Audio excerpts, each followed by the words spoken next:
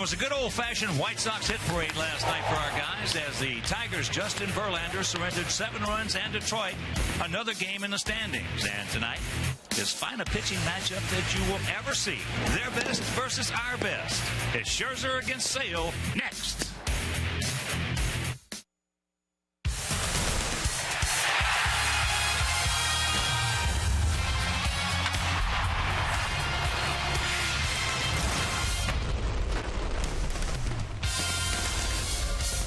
We are coming to you from the city beautiful Chicago, Illinois, where tonight Comcast Sportsnet presents White Sox baseball as Alexei Ramirez, Adam Eaton, Gordon Beckham and the Sox as they get set to butt heads with Miguel Cabrera, Victor Martinez, Torrey Hunter, and the Detroit Tigers.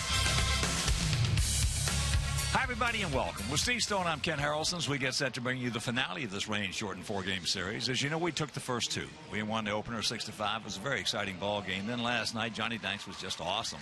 Won that ball game 8-2.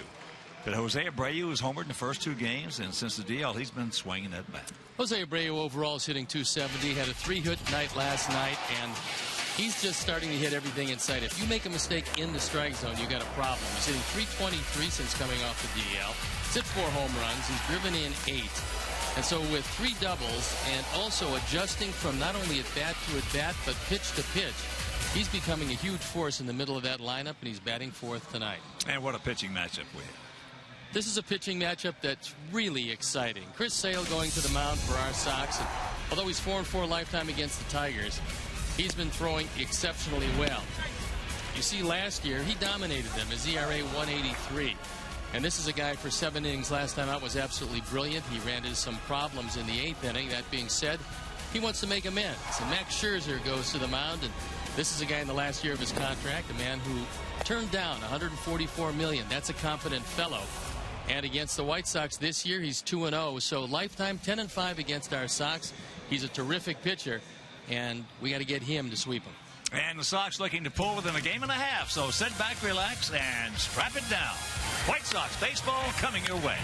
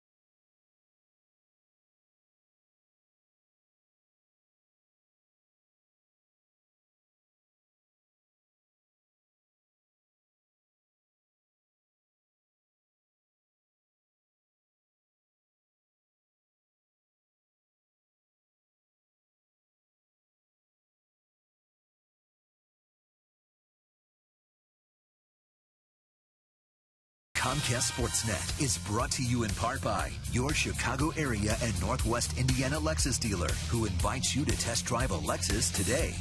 Blue Cross and Blue Shield of Illinois, through it all. AT&T U-verse. Find out what's possible with AT&T. Call 1-800-PIC-ATT, mobilizing your world. And by Ford.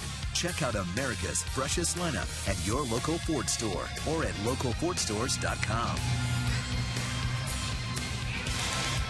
Welcome back to beautiful U.S. Cellular Field. And if the road to the playoffs is winning in your own division, then the Sox are in pretty good shape. You can see against the Central this year, the Sox at 16-11, the best in the division. The Twins second, the Tigers right there. Cleveland at 500, and Kansas City, who's really struggled in the division. But the Royals are starting to play pretty well lately, and the Sox 7-1 in the last 8 games, looking for a sweep of the Tigers tonight. Let's take a look at how Brad Ausmus is going to line up his Tigers. Rajay Davis leading it off with Ian Kinsler in the 2 spot. Miguel Cabrera hitting 3rd. Victor Martinez, who's killed Chris Sale over the course of his career, in the cleanup spot. Then it's Torrey Hunter, J.D. Martinez, Nick Castellanos, Ryan Holiday, and Eugenio Suarez rounding it out and playing shortstop. The key defensive lineup and how they'll set up behind Chris Sale, left to right, Diaz, Eaton, and Viciedo. In the infield, Gillespie, Ramirez, Beckham, and Jose Abreu at first base. Tyler Flowers with the nod behind the plate. And our Lexus pursuing perfection starting pitcher is Chris Sale. He's 5-0. Getting a no decision last time out. His ERA a touch over 2. 9 walks, 58 strikeouts, and 52 1/3. He's 4-4 lifetime against these Tigers. The umpires for the game tonight: Mark Carlson behind the plate, Mike Everett is at first, Jeff Nelson, the crew chief, is at second, and Laz Diaz is at third. It's on an overcast night, but a night where there is no rain expected. The third and final game of the series is ready to kick off, and I'm ready to throw it over to my play-by-play partner, Ken Harrelson. Hi, Stevie. Thank you. And once again, good evening, everyone, and welcome to White Sox baseball right over Comcast Sportsnet. So happy you could join us for the finale of this rain-abbreviated 4-game series. As Rajay Davis gets set, and the first pitch of the ball game taken for a strike. Rajay comes in hitting at .277, 4 homers. He's driven in 19. He is 2 for 5 lifetime off Chris. And there's a chopper to Hopper. Watch out. Nice pick on a lazy throw by Alexei. Alexei pretty happy that his countryman made a very good play. Otherwise, it's E6. And extra pitches for his pitcher. That is a very good pickup, because that's not exactly a short house. So he did a nice job. That's a tough pick.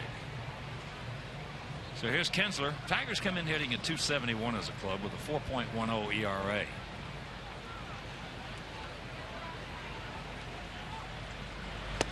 Kinsler takes first pitch strike. He's hitting at .286. And here at the ballpark, 330 down the left field line, 335 down the right field line, 375 in the gap, and 400 straightaway center. 1-1 to count. Kinsler against Sale has been pretty good.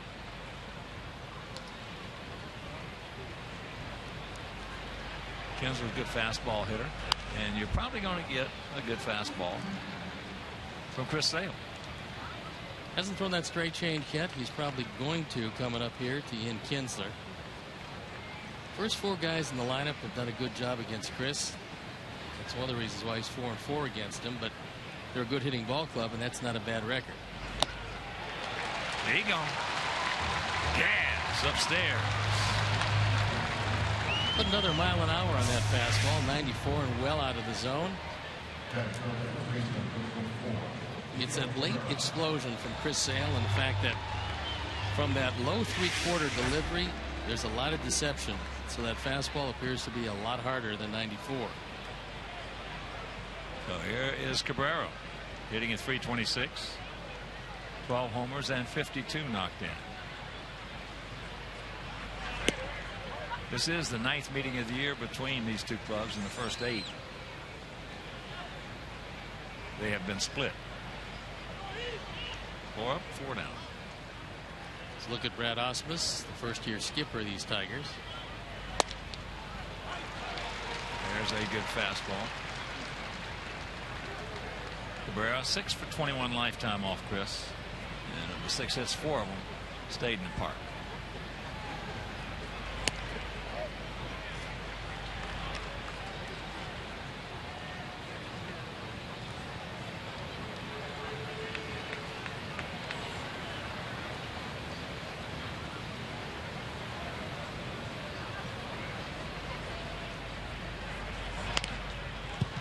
Out Victor. That changeup fouled over by Martinez on deck. Chris has kept everything away so far from Cabrera, and mostly out of the strike zone. He's 2-2, but hasn't thrown a strike yet. Well, left-handers, especially left-handers, at one point have to show Cabrera that they will come in on it. And he stands off the plate, so thinking about coming in, first thought process is, well, if he opens up, I have problems. But if you don't show him you can go in there, then you can't get him out of the way. It's very tough. Yeah. Payoff pitch. That is high, foul, and souvenir time, right side.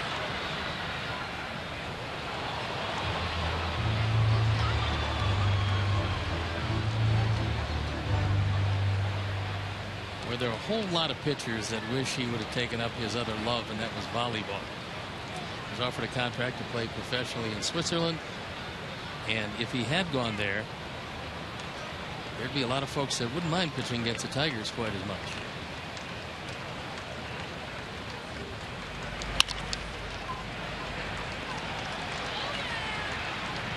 All right.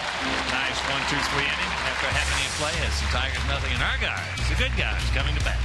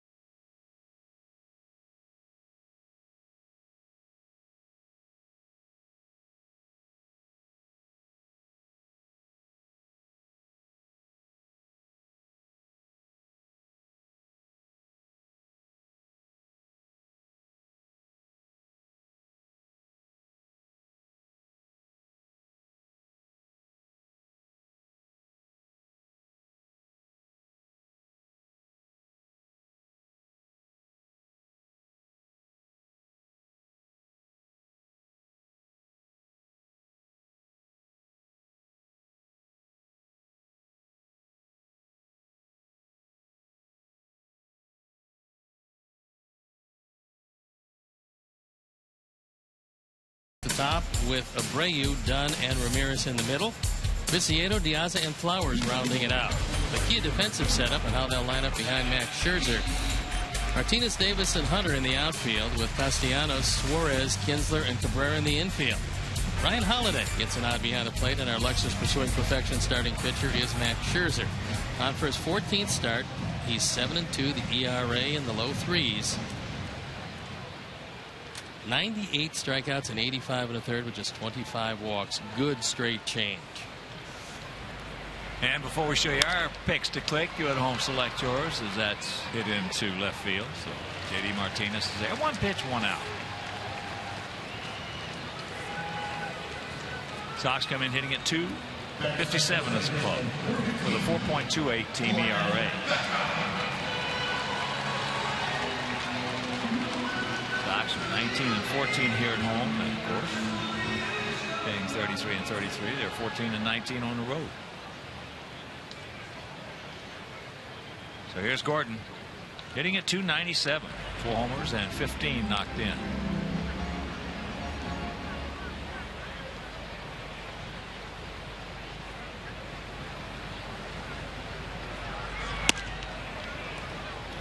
fastball at 94. Gordon 4 for 9 in this series with 3 big RBIs.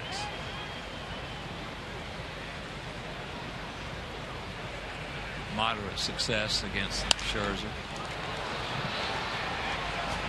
As Ryan Holiday, so the mask, makes the catch for out number 2. All right now let's check out our picks to click. Jim Angio, our director of cool. With that I'm done. Steve's going with Gillespie and Andy and Annetta Place. Andy, builder of fine homes down in Granger, South Bend, and Mishawaka. We're going to go with Tank.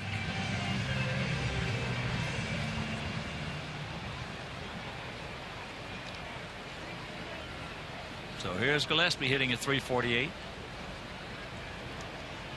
No homers and 23. Driven in, takes ball 1.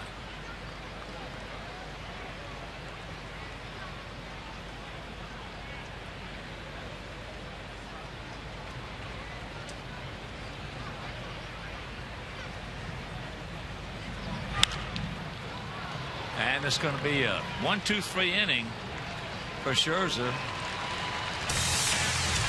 And after 1, no score.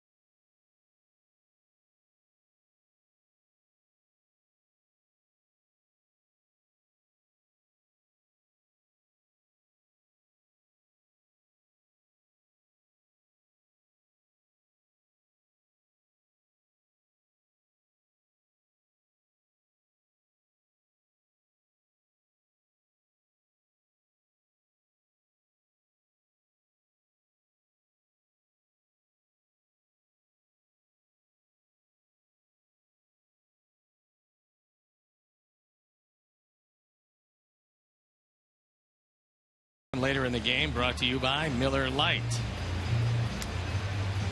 And a reminder, our White Sox have dedicated Saturday, June 14th as Father-Daughter Day with specially priced tickets for fathers and their daughters to enjoy a day at the ballpark. Now, there will be family activities at Gate 1 before a special pregame parade. Lower level tickets start at just $14.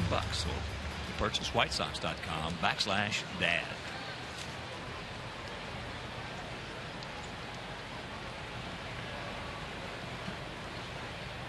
Victor Martinez, Torrey Hunter, J.D. Martinez. No score, top of the second. Takes that sinker, low and away. Victor comes in at 330, 15 homers, 40 knocked in.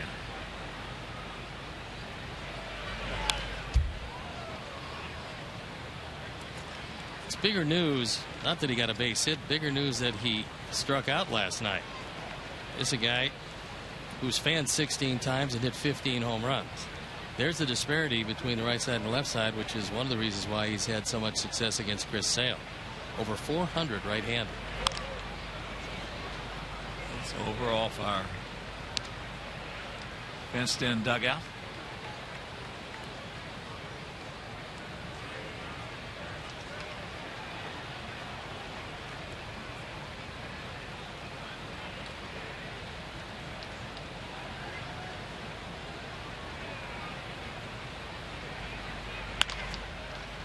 Backhanded, the plant, the peg, yes. Beautiful. Beautiful play by Alexei. That was an intentional one-hop throw, and if it comes off the grass, the first baseman's going to be able to judge it very well. He knows it's going to skid off the grass. And Alexei taking advantage of it. This with a long hop and an easy play for Abreu. So good effort right here by Ramirez. He stretches out, realizes he got some time with Victor going up the line, and then actually has him by a good 2 steps. So here's old nemesis Torrey Hunter hitting at 263. Takes first pitch strike. Torrey 4 for 17 with a homer off Chris. Change up off balance. If Chris continues to get that first pitch to the location that was at, there's going to be a lot of ground balls hit by the Tigers tonight.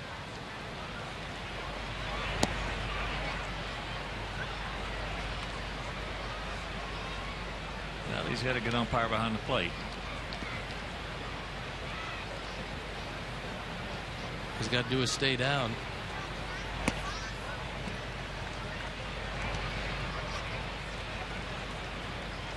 Two and two. Hey, you like to see a good umpire behind the plate when you got a pitching group like this. There's no question. And this is going to be one where not necessarily one mistake, but it could very well be one mistake will do you in, because you got 2 guys on the mound who are pretty tough to hit,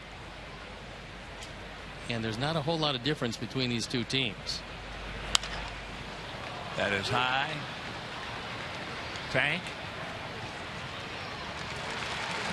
2 down.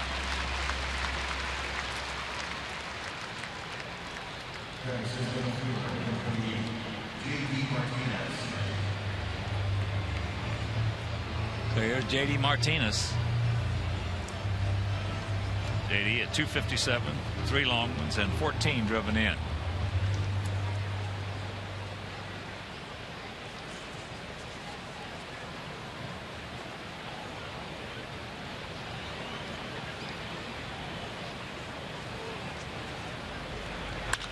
Ball hit hard. Beckham with the play. Yes! Wow! What a great couple of plays by Alexei and Gordon. And that's a 1-2-3 inning for Chris Sale. Mercy.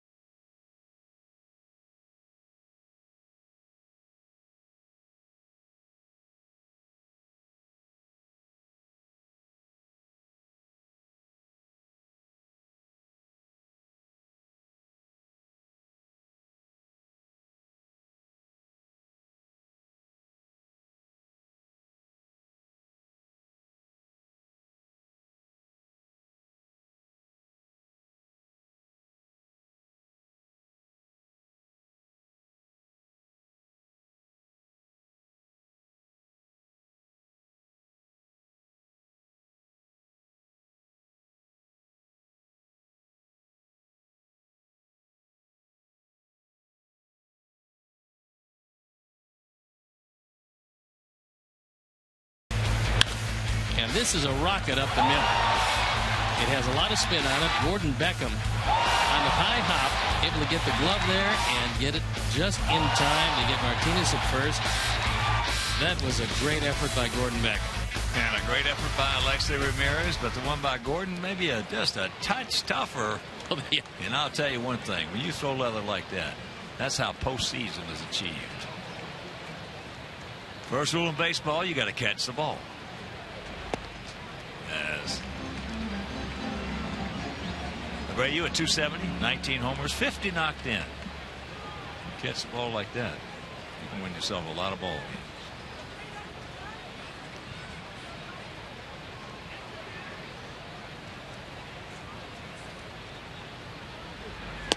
And save your pitcher a lot of pitches. 6 up, 6 down, and he couldn't have done it without 2 excellent plays in the infield. Those 2 plays, the difference in having 1 out of man on first and third.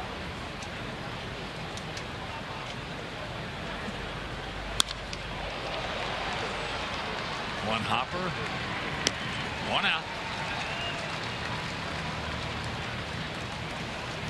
And you can enjoy pierogies and where's the Whipperoo and Polish sausages at the ballpark as we celebrate Polish Heritage Night on Tuesday, July 1st.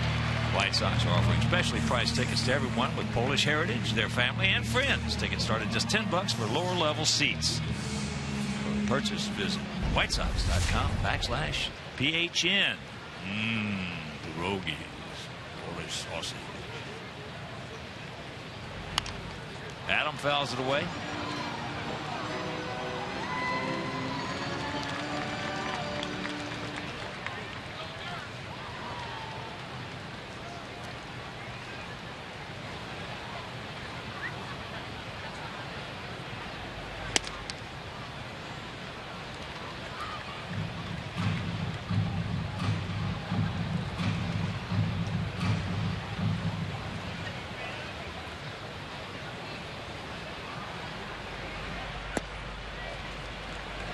That's downstairs.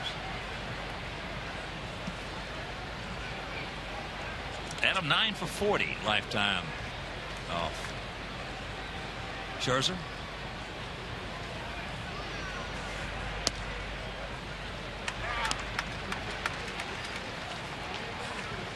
Adam 3 for 7 in this series. Had a couple of big hits last night. And that ball had the bottom part of the zone. He called it for Chris Sale. He is going to call it for Max Scherzer. Max has given up 9 home runs in 87 innings of work. Well, when That's you not get bad. 2 hard throws like this, you don't mind if the umpire calls a low strike, as long as he doesn't call a high one. If he starts calling that high strike and making you swing and pitches upstairs, you're in trouble.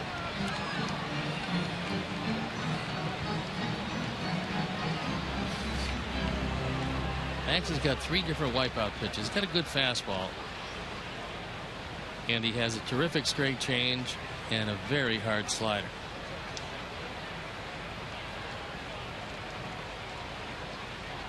Payoff pitch.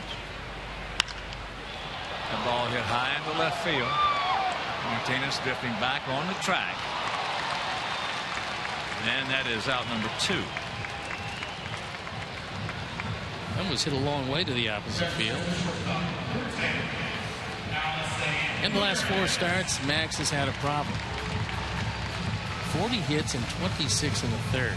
Ronan's hitting a robust .354 with an ERA up close to 7.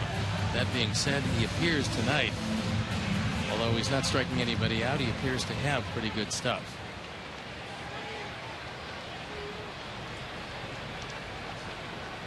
Here's Alexei at 312, 7 homers, 36 driven in. Takes first pitch strike. Alexei's had a tough time against this right-hander. 47 at bats, 5 hits, all of which stayed in the park.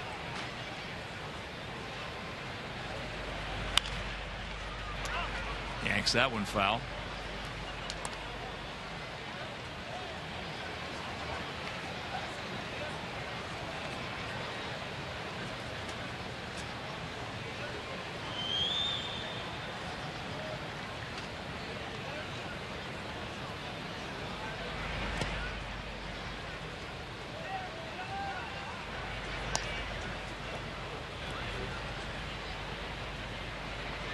Two out, 1 and 2 the count here in the bottom of the second. No score if you're just tuning in.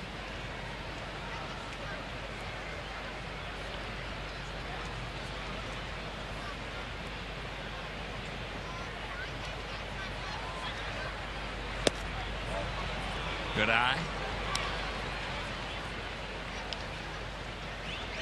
Viciedo on deck.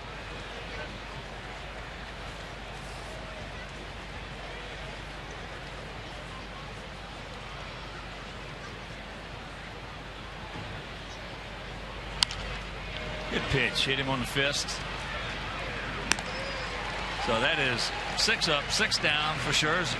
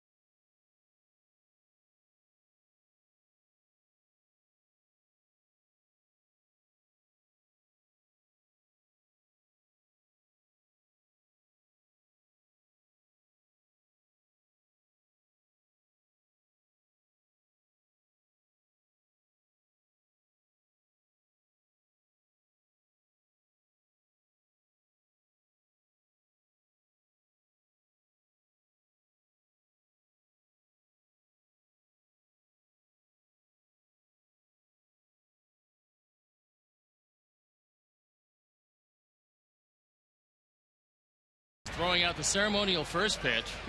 Now you'd expect a guy who was a pretty good quarterback to be able to get the ball there.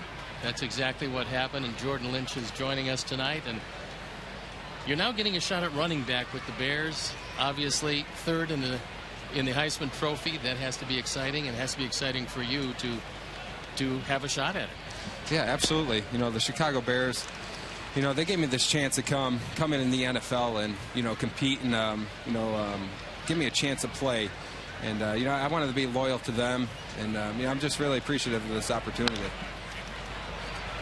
And being a person who came out of the Mid-American Conference, I can appreciate you being in the Mid-American Conference. How's the football there these days? Oh, it's great. You know, it's Division I football, and there's great football no matter where you go. You know, no matter what competition there is, there's always great football. And, you know, the MAC Conference is known, you know, for their match and high explosive offenses. And, you know, that's what we've run the last few years.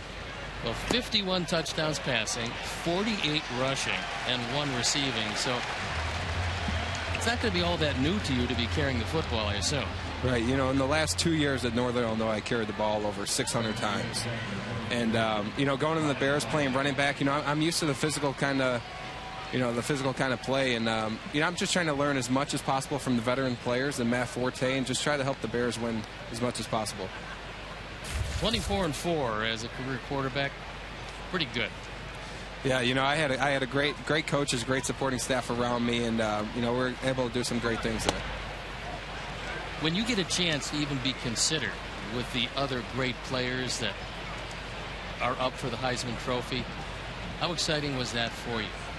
It was awesome. You know, coming from Northern Illinois, you know, we don't play a lot of games on TV, and, you know, being there with some of those guys, Johnny Manziel, Trey Mason, you know, Jameis Winston, you know, those are the guys I watch on TV, and, you know, just being there and meeting some of the former, you know, Heisman candidates, you know, it was a true privilege to be there.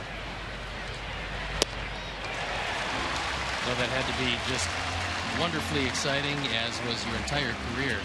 But now you're taking the next step.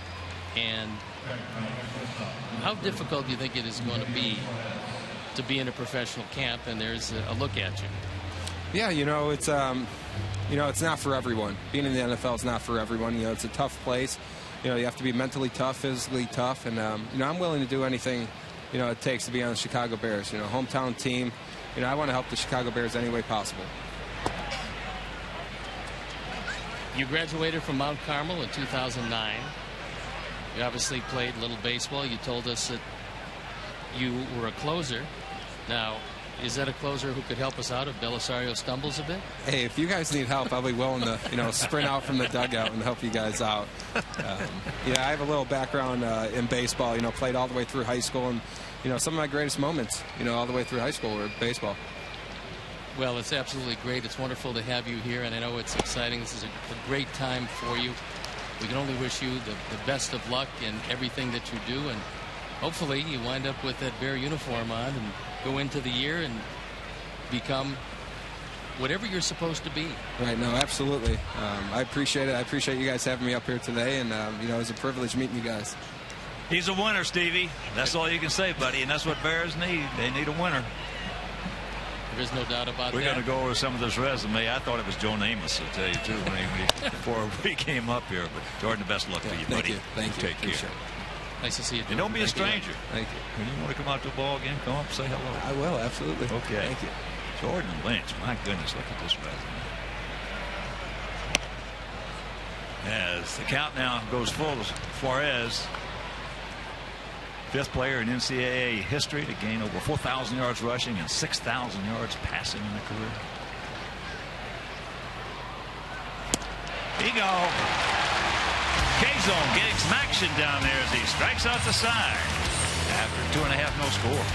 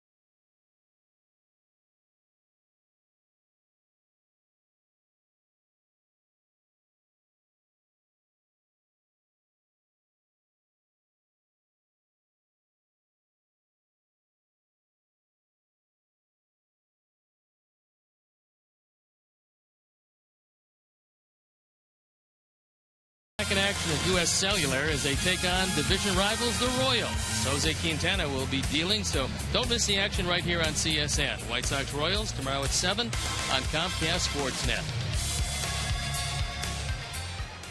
Viciado, Diaz and Flowers. Here in our half of the third inning. No runs, no hits, no errors. Nobody has reached base yet.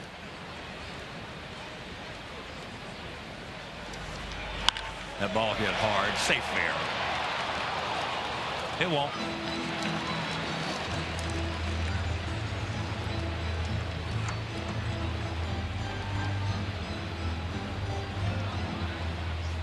Tank comes in at 253, 5 homers, 21 knocked in.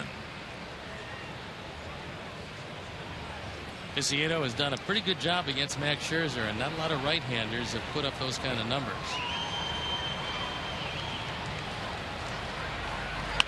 That ball scorched. Look at the play by Kinsler, who stayed right with it. This is becoming a defensive clinic. This is a one-hop rocket. Kinsler is able to corral it and throw him out.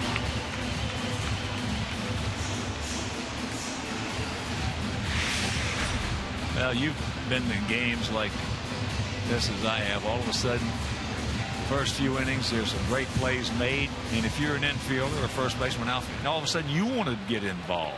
You want to have an opportunity to make a great play. As here's De Aza.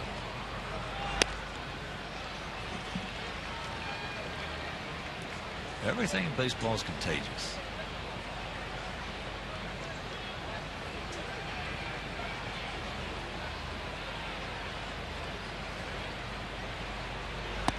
Checks it up. He did not go in. The count 2-0.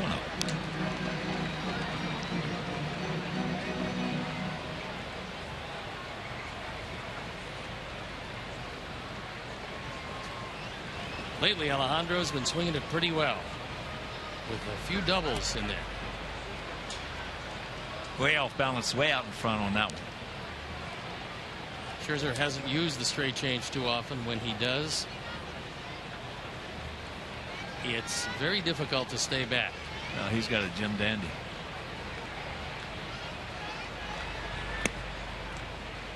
With a terrific motion and good movement on that straight change.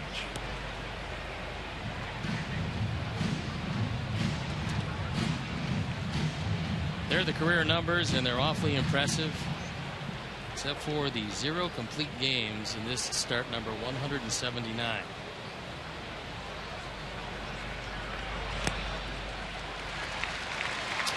So that is the first base runner.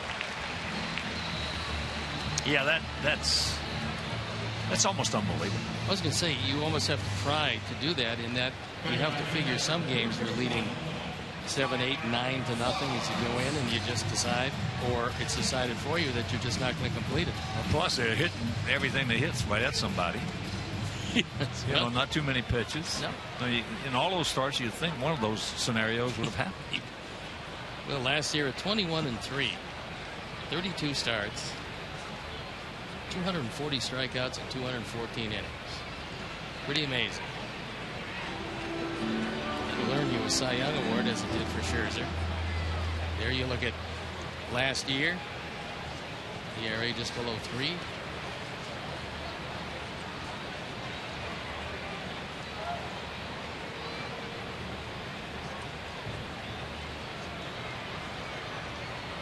First and third in Tyler. Ooh, he got a high roller right there. Couldn't pull the trigger on it. Great pitch to hit. And it was in the strike zone in that call.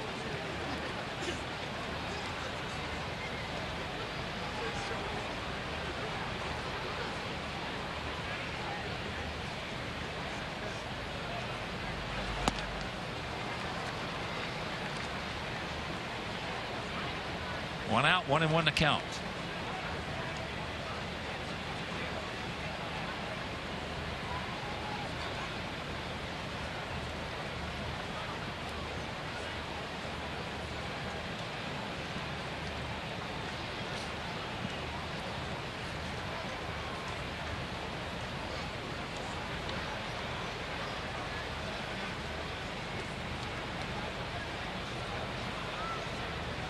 Long set.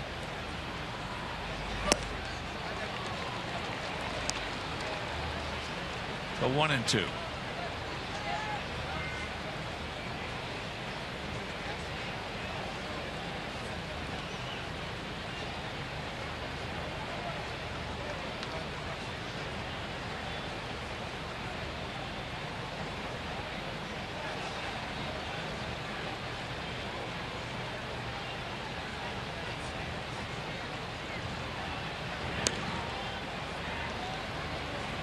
Lovely evening here in the City Beautiful.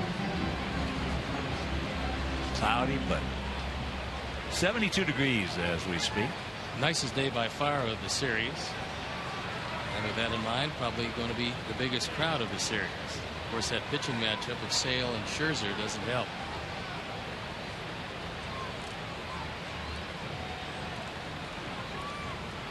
Another long set.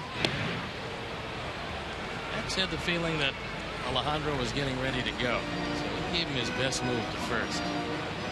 He's decent over there, as was Verlander. Two big right-handers, quick moves to first base.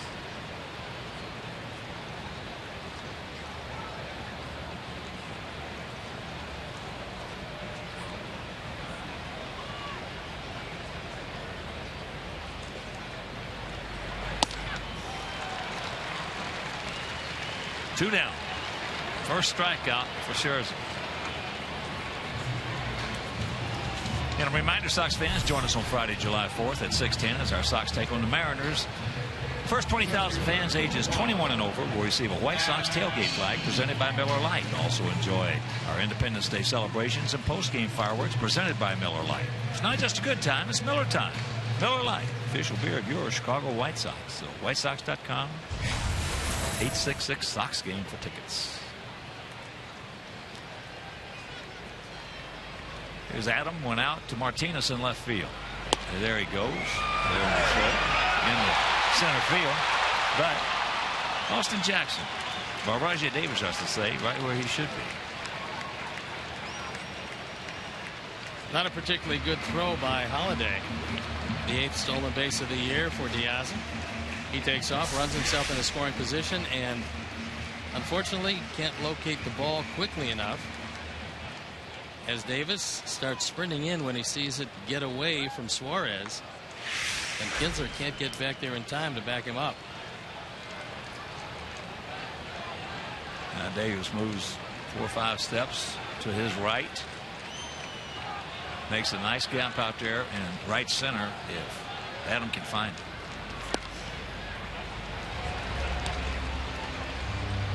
Scherzer was originally drafted by the St. Louis Cardinals. That was in 2003 in the 43rd round. Decided to take a scholarship to the University of Missouri, and later became the #1 pick of the Arizona Diamondbacks.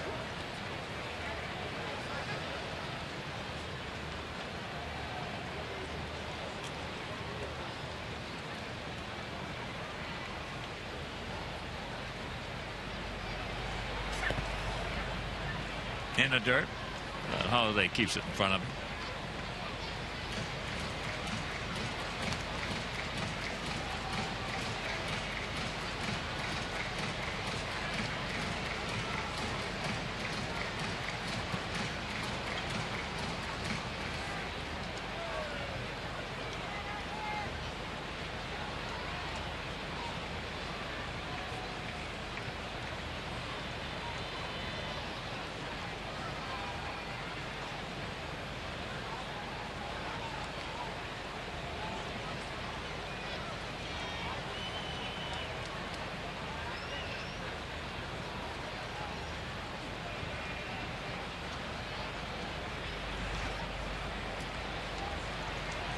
And the count evens at 2. So 2 out, 2 balls, 2 strikes with Beckham on deck.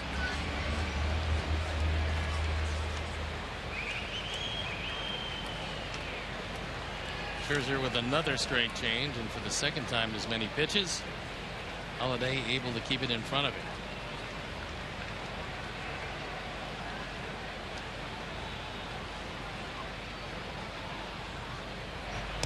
And a full count.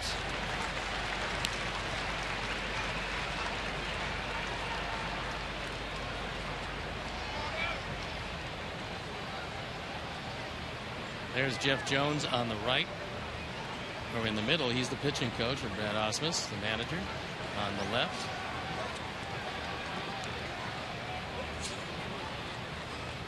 Right here, Adam.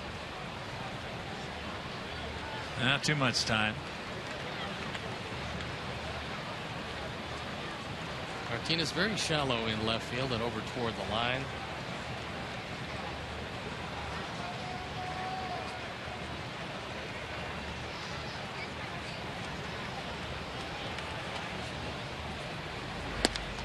And that is the second walk of the inning.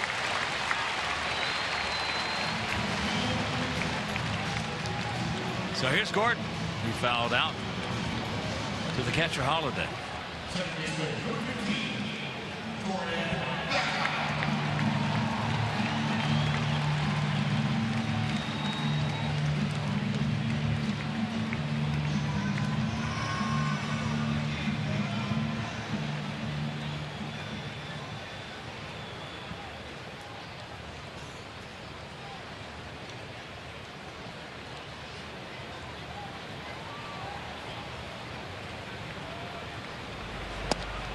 First pitch strike.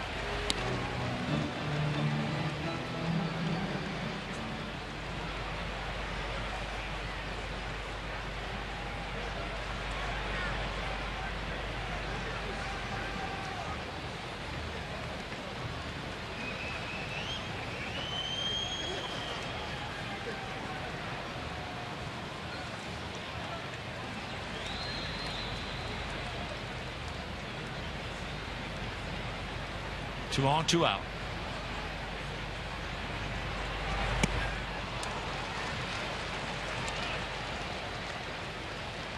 That was a pretty good slider as he kept that one low and out of the zone.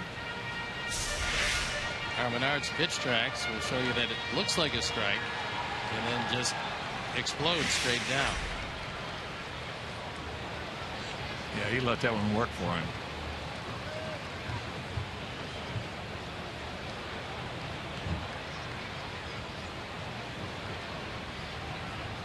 Not too much time again. Don't pitch at his, or hit, I should say. Don't hit at his pace. Step out on it. Keep stepping out on it.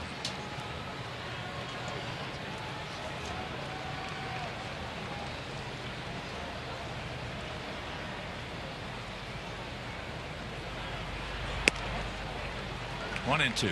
Most of the time when a pitcher has a great year like he had last year, in large part due to a great rhythm.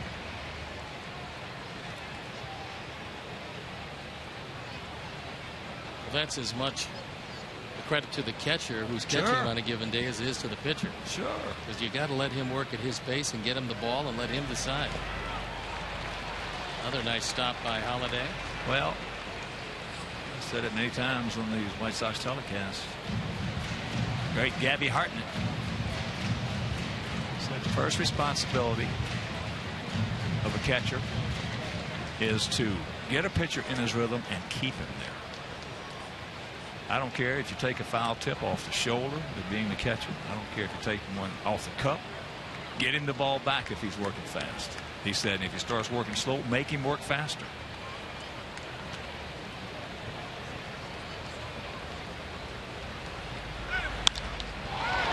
That ball into right field. Tory Hunter is there, right on the edge of the track, hauls it in. And that'll retire the side. We get a couple of men on via the base on balls. Meanwhile, we're into the 4th, no score.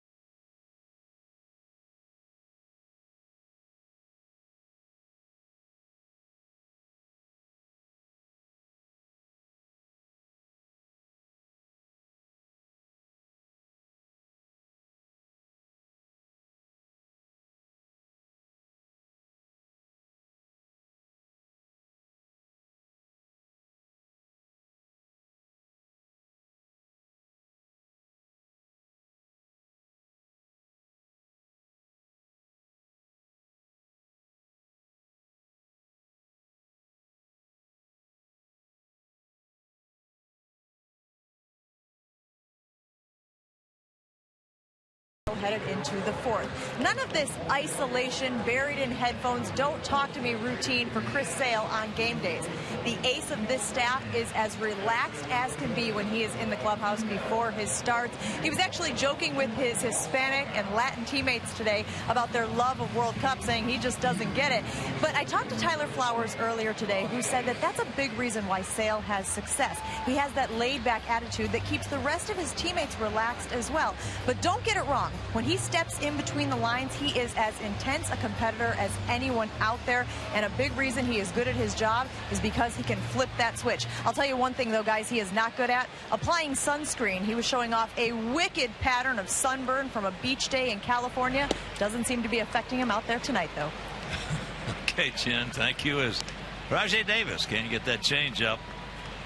Well, there's no question about his competitiveness. He might tie him, but John not going to beat him. No, we saw a little bit of that when he disappointedly was taken out of the ball game last time out thought he should have had that game tucked away. It didn't work out that way, which happens. And he was the most unhappy man as he went down that runway, as you probably would expect. Off the glove of Gillespie. So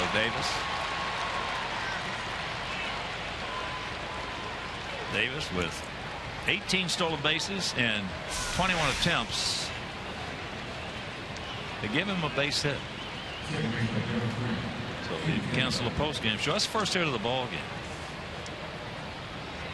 And despite the fact that Davis does not have a sacrifice this year, Gillespie with his speed decided to play in and to hit off the glove. So here's Kinsler. He struck out his first trip. Davis with a good lead.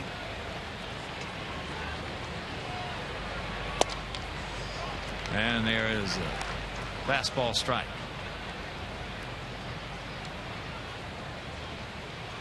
That's to protect the head first slide and the fingers and the thumb, which will keep you in the game a whole lot longer and make sure that you don't break anything when you go head first into second or third.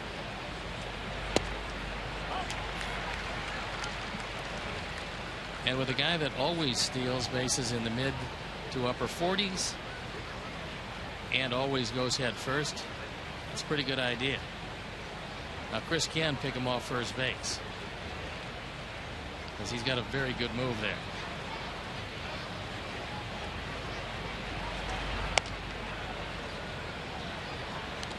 Pitch out, nothing on. 1-2.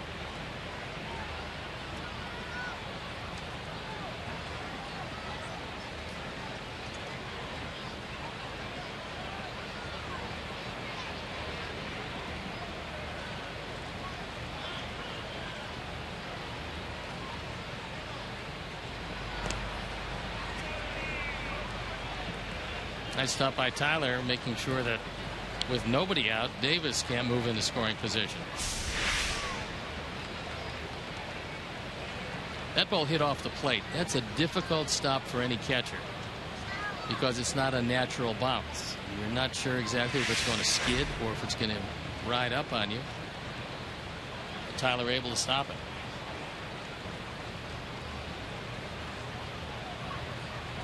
Yeah, you got him. He gone.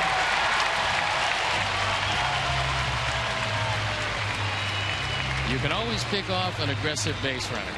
There is no doubt about that. And Davis, after the pitch out, knew there probably wasn't going to be another one. What he didn't know was that Sale's move is awfully good to first, and this time they get him because he slid right into Alexi's leg instead of the base. Full count to Kinsler.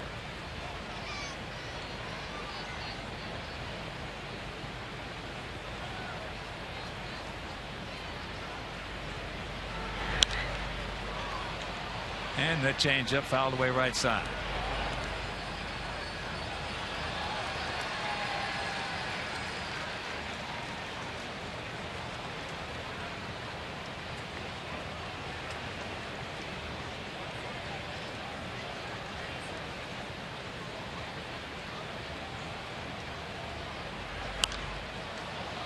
Backs that up with a 95-mile-an-hour fastball.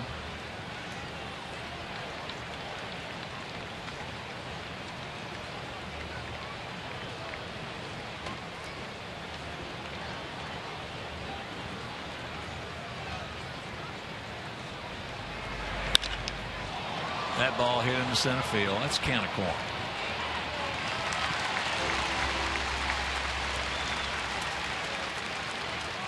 And this is how you like to see this gentleman. 2 out, nobody on, come to the plate. Miguel Cabrera, who hit a chopper 2 hopper to Alexei.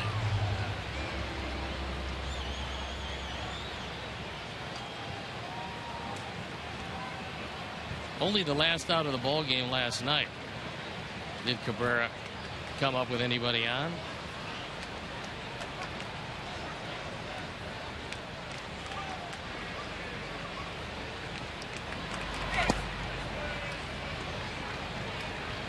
That sinker down low.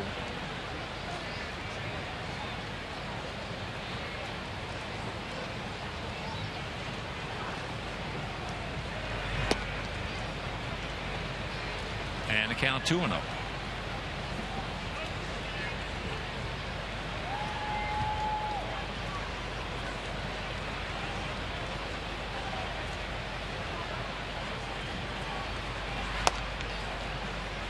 Pretty good pitch, didn't get it. That was a very good pitch. And I think Tyler Flowers is letting Mark Carlson know that if he goes inside, he's got to get that. That ball had a piece of the plate. Well, he's hitting.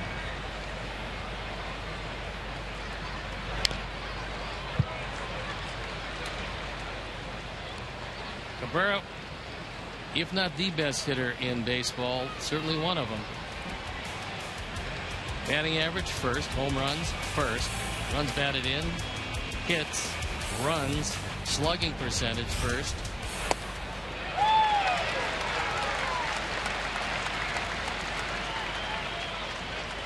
Full count.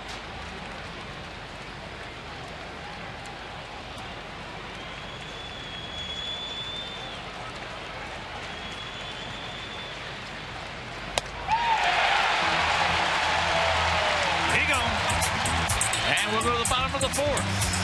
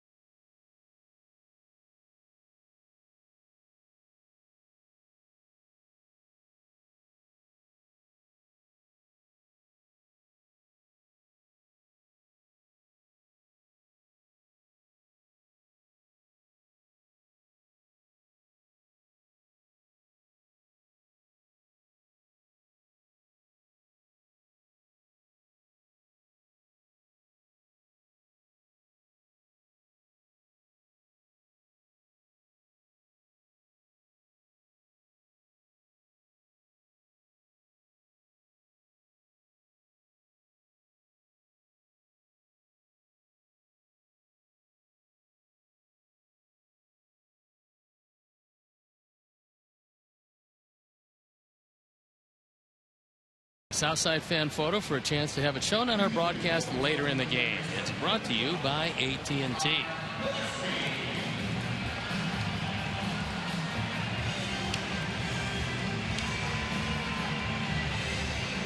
No runs and only one hit so far in this ball game as we get set to go to the bottom of the fourth. If you're just joining us, it'll be Gillespie, Abreu, and Dunn to face Max Scherzer. Gillespie popped up to left field his first at bat.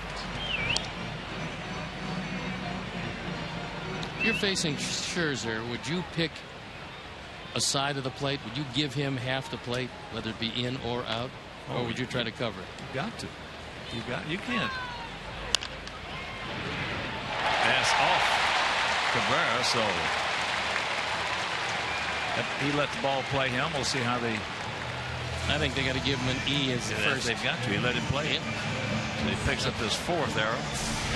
More importantly, we got the leadoff man aboard. You see him giving some ground, and then he just stabs at it and lets it go under the glove.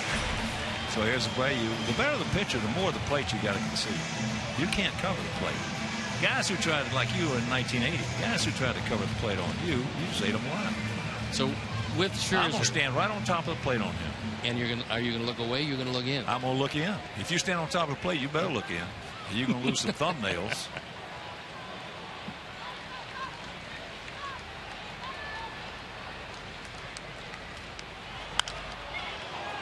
High pop up. Suarez makes the catch for out number 1. Well, with him, you got to do everything you can as a hitter. Of course, this is not the way it's done today, but in years past, you got to do everything you can to try to upset him. And when you stand right on top, you know yourself. If I go to the plate against you, and I'm standing right on top of that plate, and you look in there, you're going to think. You might not like it, but you're going to your wheels. I'm taking you a little bit out of your mode, so to speak.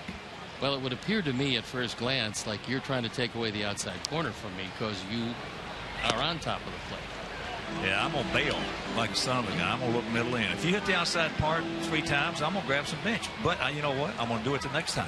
And if you do the same thing next time, I'm gonna do it the next time. Because you're not gonna do it. But you can't look for his slider or his changeup, I assume. No. Here's Adam. He went out deep to left field, taking Martinez back on the track. Can't get that changeup. But again, Ted Williams always said this: the better the pitcher, the more the plate you got to concede. Scherzer's got 4 pitches. That's good ones. You don't become a 20-game winner without getting them over. So that being the case, I've got to try to do something to upset him, pee him off. And I'm going to do it by standing right on top of that plate. And if he says anything or he wants to do anything, that's fine. At least it's giving me some sort of a sense of control against the 20-game winner. Well, in this case with Adam, he's probably going to see a fastball. If any place, he's going to see it away. And it's a good time to try to punch it through the left side because they have the radical shift on.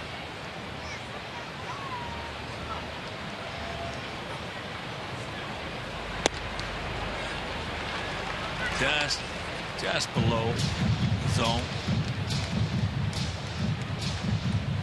At 94, that one just missed. He stayed in. Well, stayed away. Tried to go in with the last pitch. Stayed away with the other 3.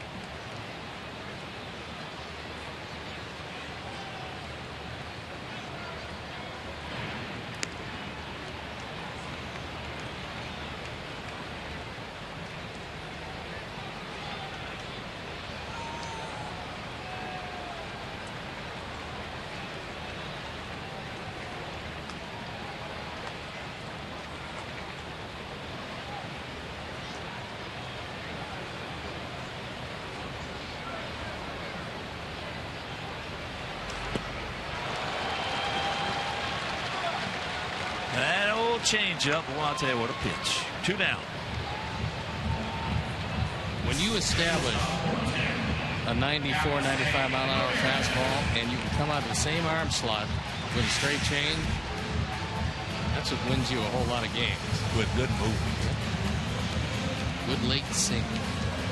The only reason it's called a straight change is it's not a curveball or a slider. It's because it's moving. He doesn't throw anything straight. Alexei grounded out to Castellanos at third.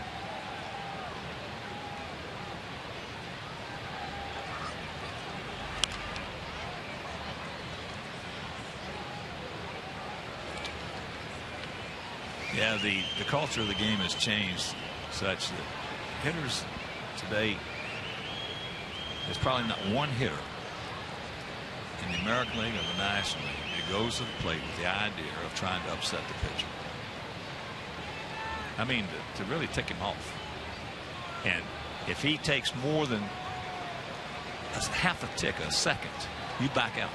Make him hit at your pace, not at his pace. And that'll upset him. Say fair. It's fair. Come on, Connor. Now they're going to have to hold him as Martinez played it perfectly and gets it back in.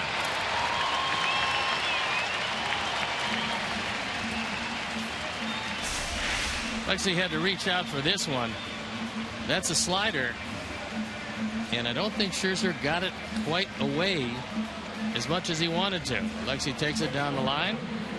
And for a moment, it looked like Connor had a chance. But very well played in left field and a good solid throw. Has to hold him at third. 9th double of the year for Alexi.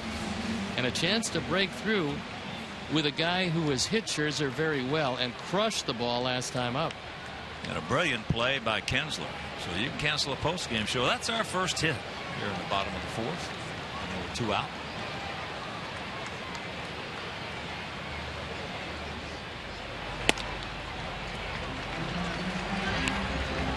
Yeah, but that was a commonplace thing in years past. Guys going to the plate.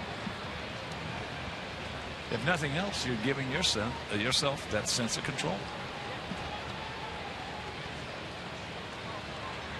Look, at some of the hitters tried to do it. The pitchers of yesteryear, Greg Maddux, but he won 355 games. So as soon as you stepped in, he was right back at you. Oh, yeah. Gibson and those guys. Well, Gibson would just throw at you, but Maddux would just get you out.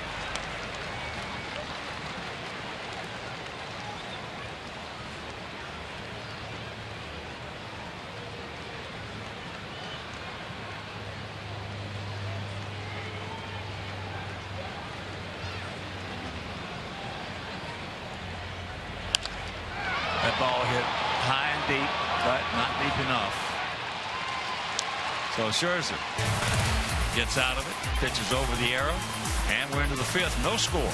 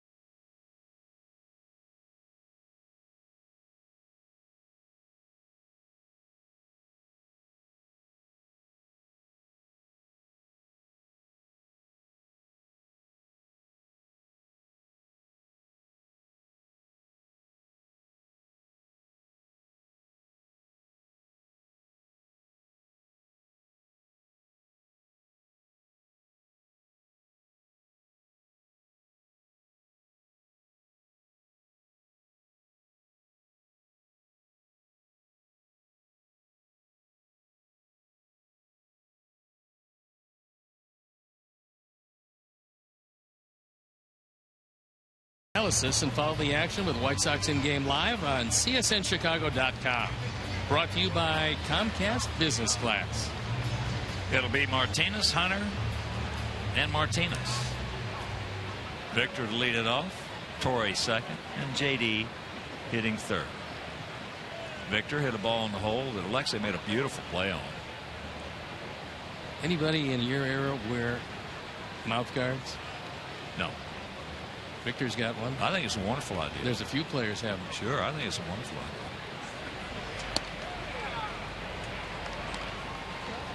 I don't think it's actually for protection. I think there's some sort of jaw alignment that they have quantified that helps you become a better player, or so they say, because there's a lot of guys that wear them.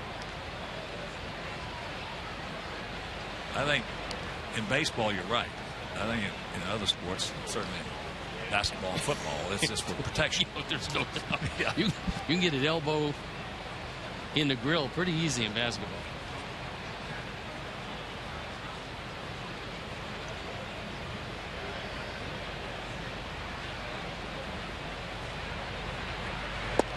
There's a strike. You know, getting back to the pitchers and not letting them pitch at their pace, trying to upset them. Guys didn't care if they threw at you. You know, there was a saying back in those days that no longer holds true. That ball said, "Get fouled, get fouled." Tommy hawked it out of here. That's his second home run off Chris, and it's 1-0 Detroit. Well, unfortunately, this was the man that had the lofty numbers against Chris Sale, up over 500. And he's hitting 500 tonight. And that 16th home run matches his 16 strikeouts, and he's driven in 41. Ford home run replay, and it looked like a very flat slider that Vicker was able to get out in front of and hit it into the bullpen. That's all right. We had to score anyway, so it's just 1-0, and Hunter takes ball 1. But there was an old saying, no longer holds true. In those days, if they didn't throw at you or hit you, you weren't going to be around long because they didn't throw at or hit. I was going to say, you were the out man. Yeah.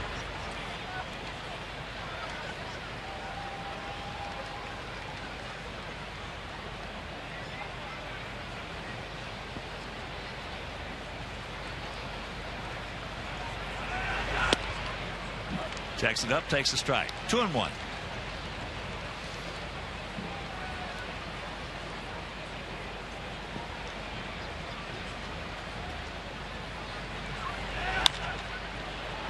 And that's chopped foul.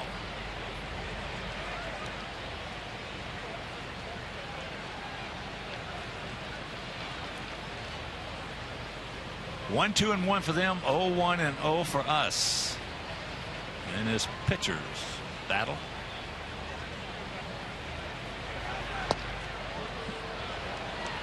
That's just off the plate.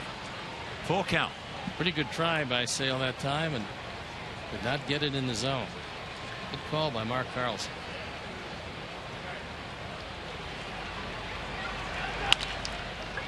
And that's into center field.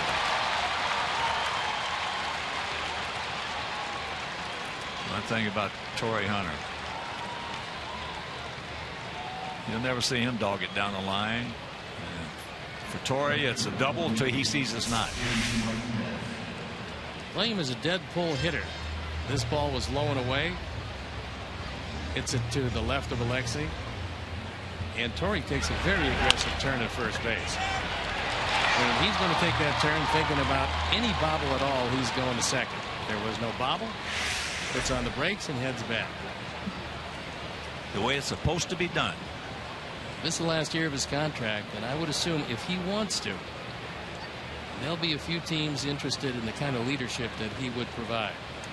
Maybe not the contribution offensively that he once was, but he's a terrific leader and a guy who knows how to play winning baseball. Well, he's a winner. Yes, sir. That pitch is fouled high and just out of play. Hank had a shot at it.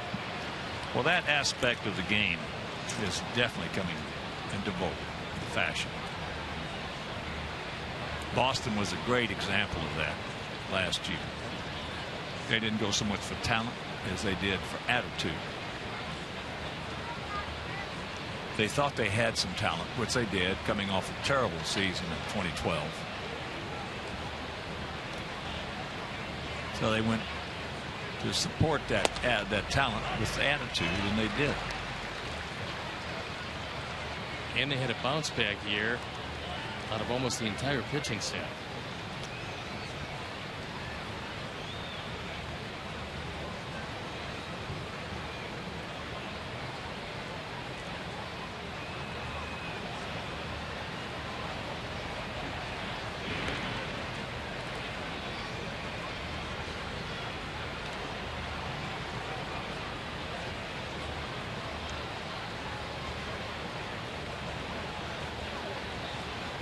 Outfield playing J.D. Martinez as an off-field hitter, just by a couple of steps. Torrey, decent lead. He gone. One out.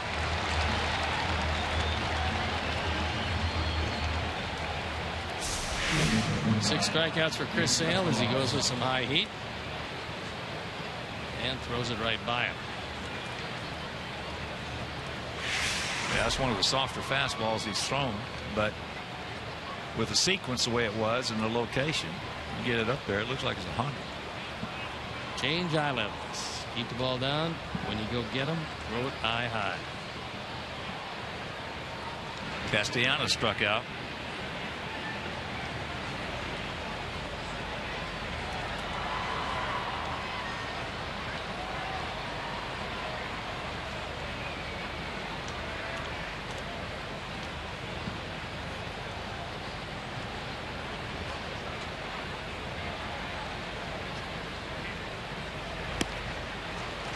Goes after that changeup. Not even close.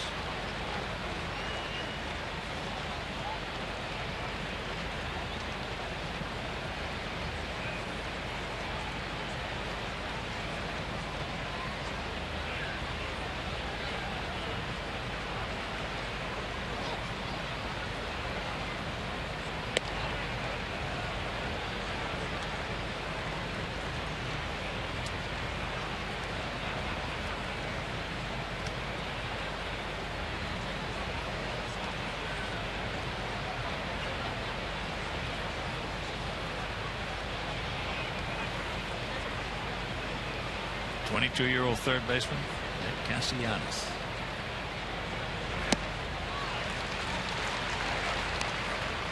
One and two the count.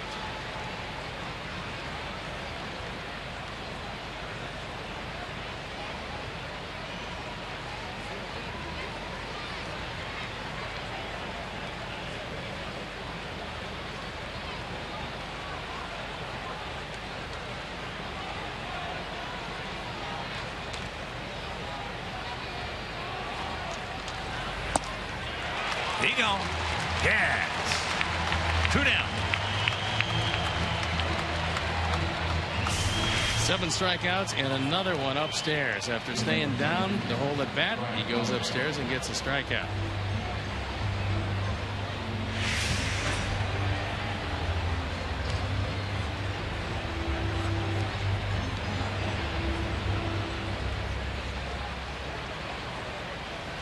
Ryan Holiday, the catcher, he also struck out.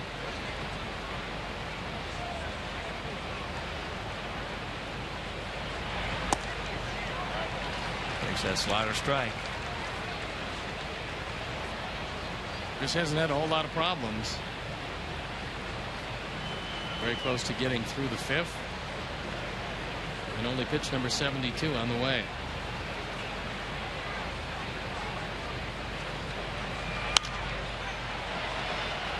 No balls, 2 strikes to Holiday.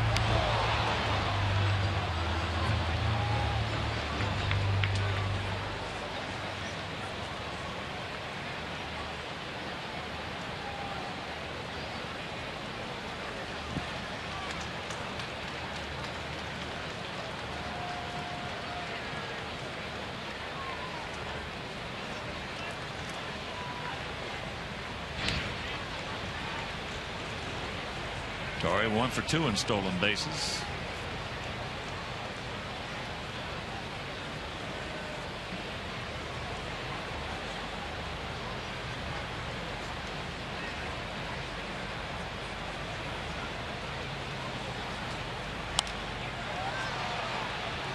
Holiday got a good pitch to hit and couldn't do anything with it.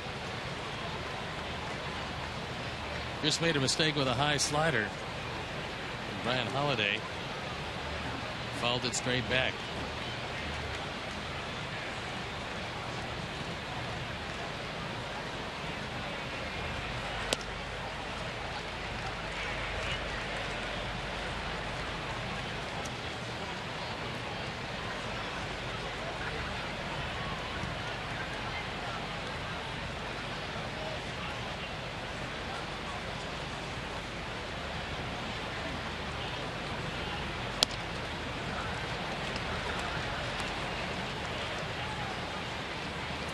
Two and two. Suarez on deck.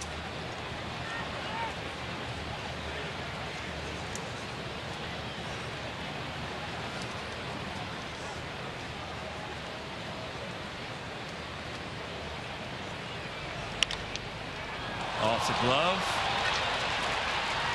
And everybody's safe. So it'll be a base hit.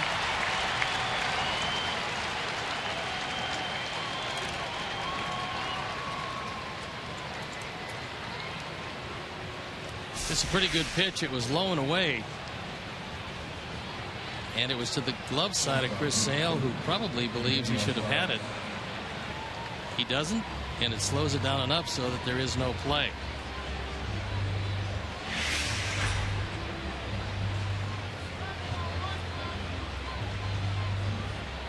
So here's Suarez, the shortstop. He's also 22. Struck out on a changeup. But in the first 2 games, he had some good at-bats. He's surprisingly strong. Well, he had a home run in the first game. And a very good at-bat on a long sacrifice fly. That, for the moment at least, put the tying run of the ball game at third base with only 1 out. Well, he's not. His plate presence is not that of a 22-year-old rookie just being called up for the first time. That's just foul. Thank you.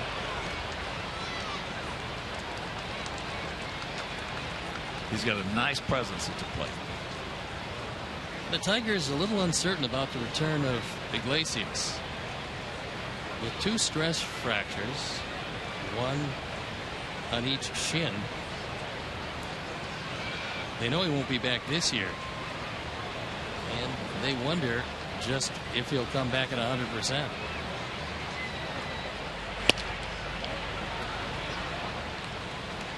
Well, it's pretty good to be a shortstop in the Tiger organization these days, because normally Suarez would not have had an opportunity, at least for some time.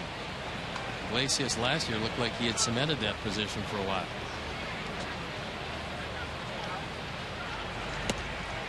There's that changeup.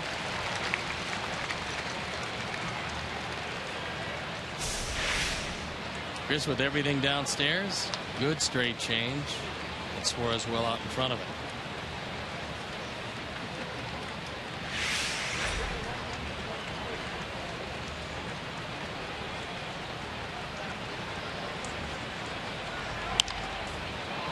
And there's a fastball at 94.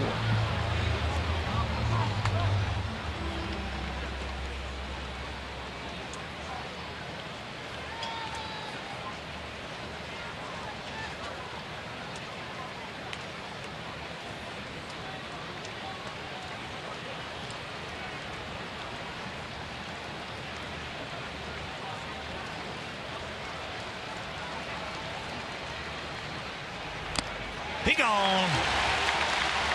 But the home run by Victor Martinez. And we're halfway home. We trail it 1-0.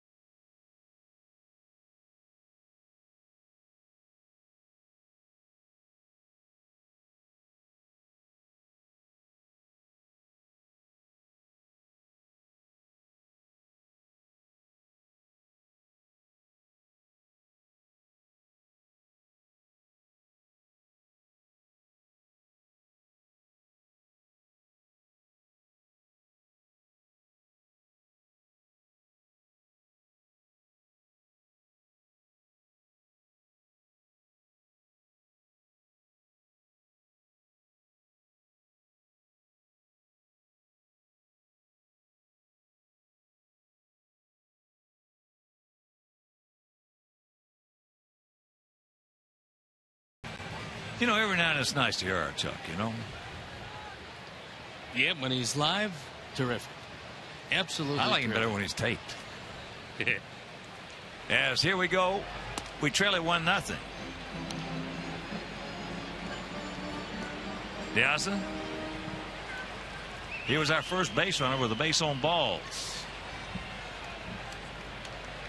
in the third inning. That pitch is off the plate. And the count 0-2. And I think Diaz a little surprised. That ball was way off the plate. That's only the second pitch that he's missed tonight. You're going to miss some. See, 150 pitches. You're not going to get 150 right. Career against Max Scherzer. Not too bad for Alejandro. That ball hit in the center field. Rajay Davis.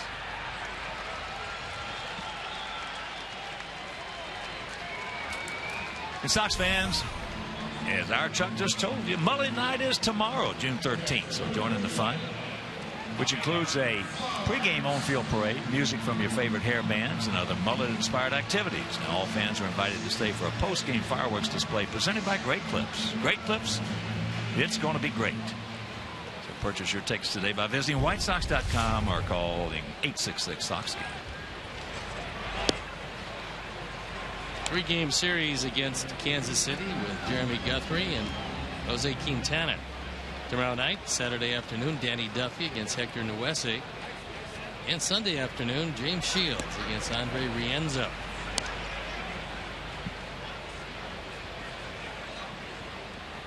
Kansas City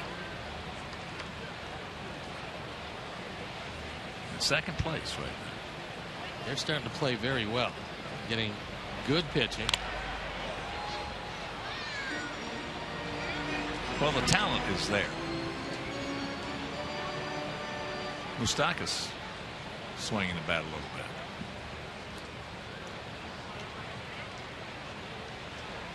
That kid gets hot. They're going to be double tough.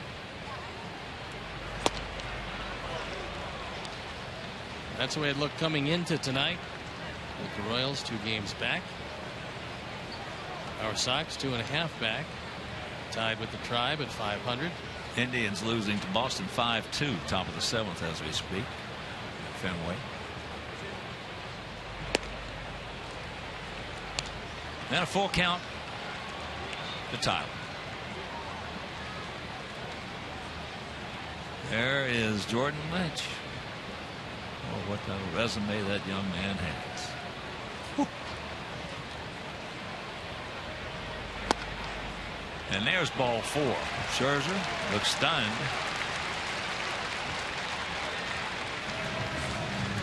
So the third walk.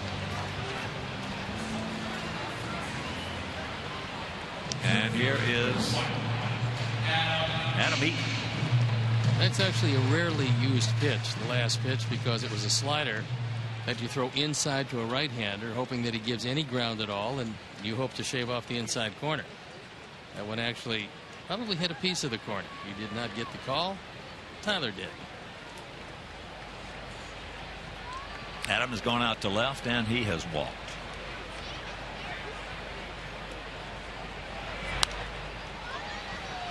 And he got a cookie right there and couldn't do anything with it.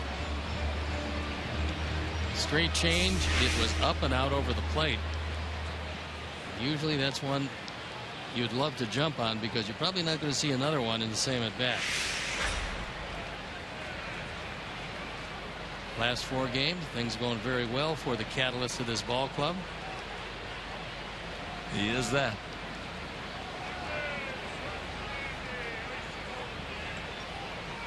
Attaboy. Don't let him mess with your head.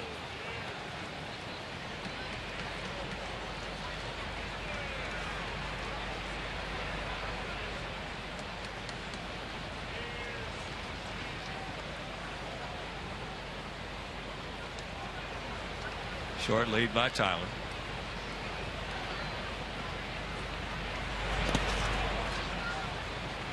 Nice stop by Holiday.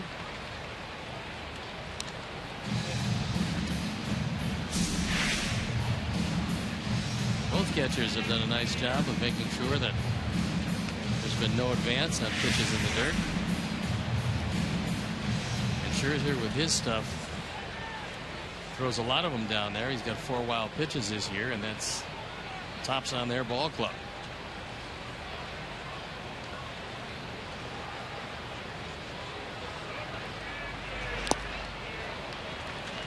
Had him out in front.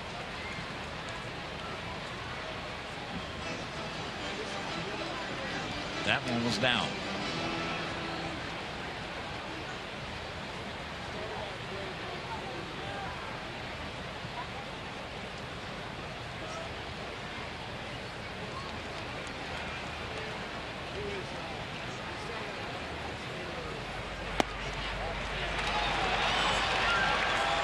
That one at the bottom of the zone at 95.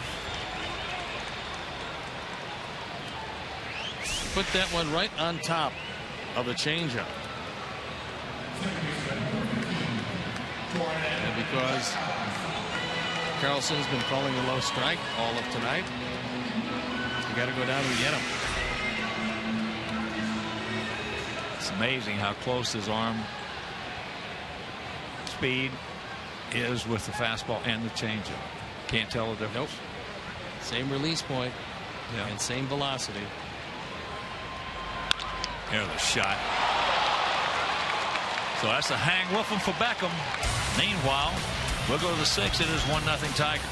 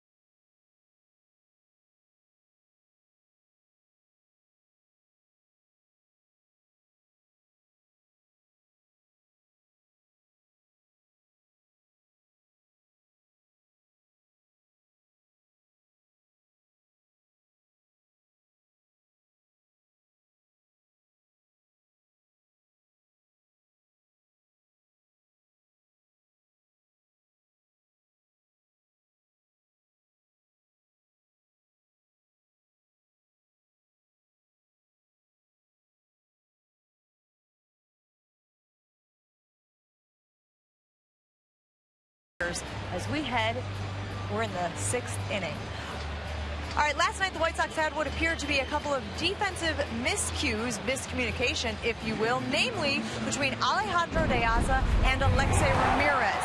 Now, Alejandro De Aza took the blame for this after the game, but earlier today I asked Robin Ventura what the protocol is for this. He said it is understandable for a guy like Alexei, a shortstop who is in charge of the infield, not to want to give up on that play. But actually, when Alejandro called it off, Alexei should have peeled off and let Alejandro field that ball. He said it is understandable, but they have to be sharper on things like that. I said, certainly you've had conversations with Alexei where he knows what he's supposed to do. He said, of course, he's pretty good for a while, but every once in a while he forgets and needs a reminder. Well, guys, everyone got a reminder today. I'm told that the White Sox coaches had a reminder of the defensive communication during today's pregame stretch. All right, Jen, first pitch to Rajai Davis. Cannot get that change up.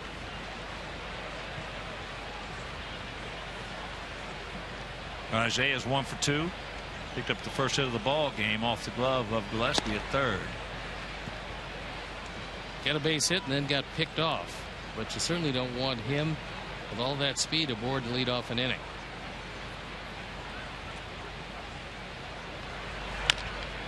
Right to Bayou. Thank you very much. 1 out.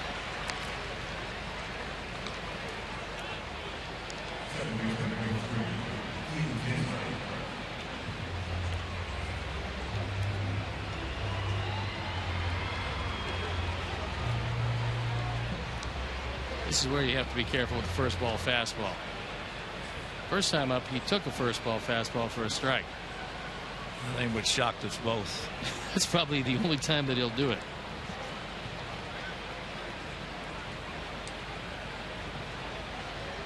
That's a fastball away.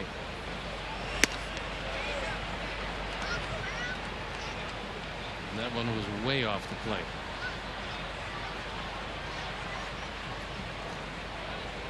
Gensler, 6 homers, 28 knocked in, fouls that back. And let's check out some video on one of our birthday boys today. There he is, 23 years young. Doing some throwing. Avisail Garcia. Boy, he just chomping at the bit. That slider fouled away.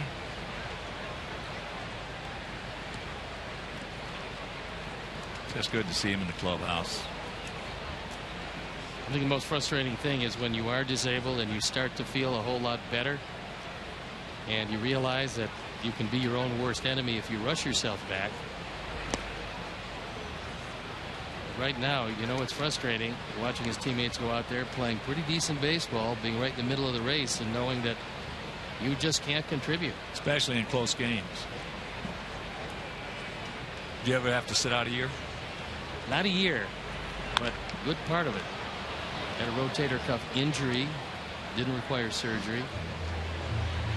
It was pretty tough because when you start to feel better and then you come back, but you've lost your spot, because in those days with a 1-year contract, it wasn't one of those things where you got your spot back. If you were hurt and you lost your spot, you had to wait till either somebody got hurt or stopped performing before you could get it back. That was frustrating.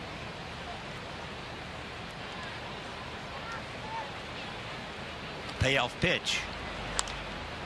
Another souvenir right side. Well, that was the most frustrating year I've ever experienced as a player. When I broke my leg in spring training and had to sit the year out. It was terrible. But there was no way you could come back and play. No. Not with the severity of that injury.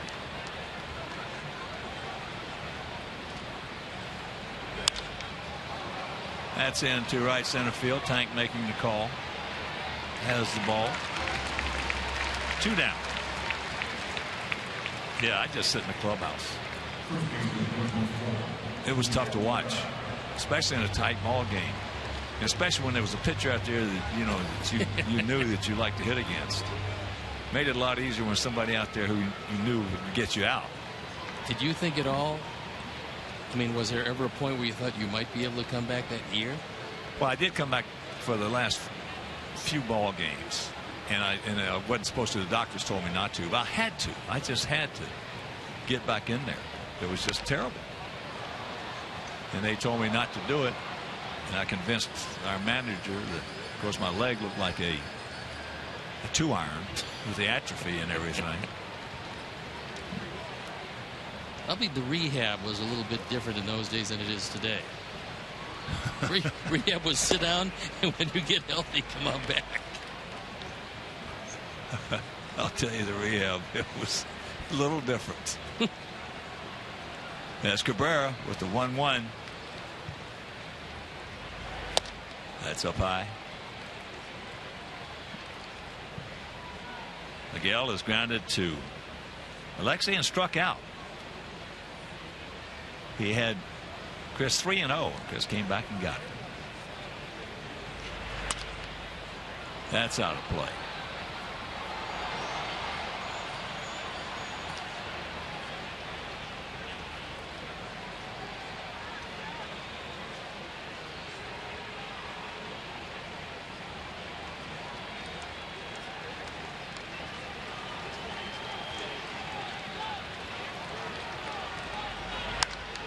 That is high into right center field.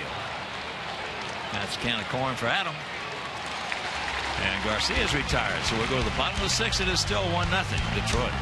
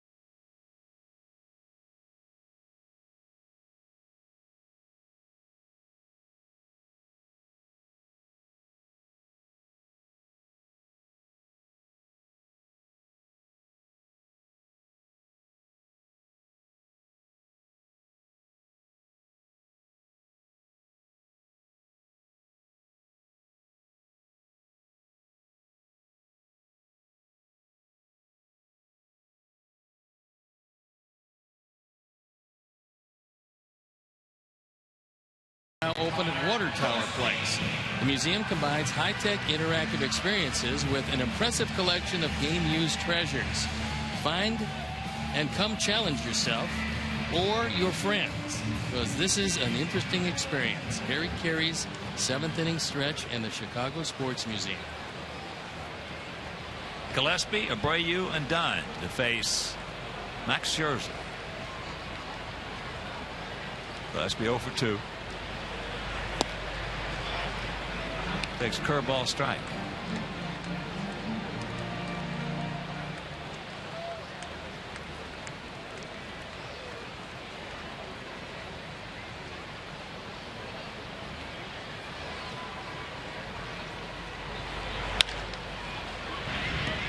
A little soft ground ball.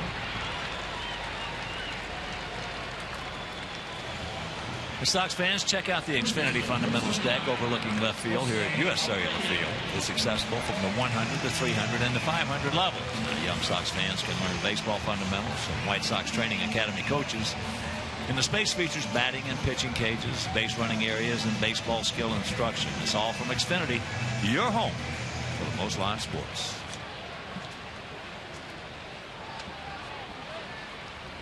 Here's El Cañon. He's grounded to second, popped to short. Chops that one foul.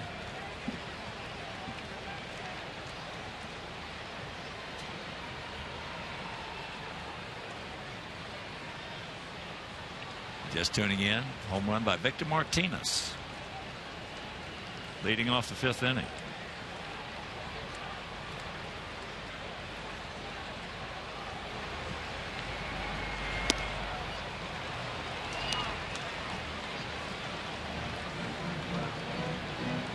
First pitch was a slider on the outside corner. Next pitch a little further outside. And normally what a pitcher with good control will do, will throw one more a little bit further outside.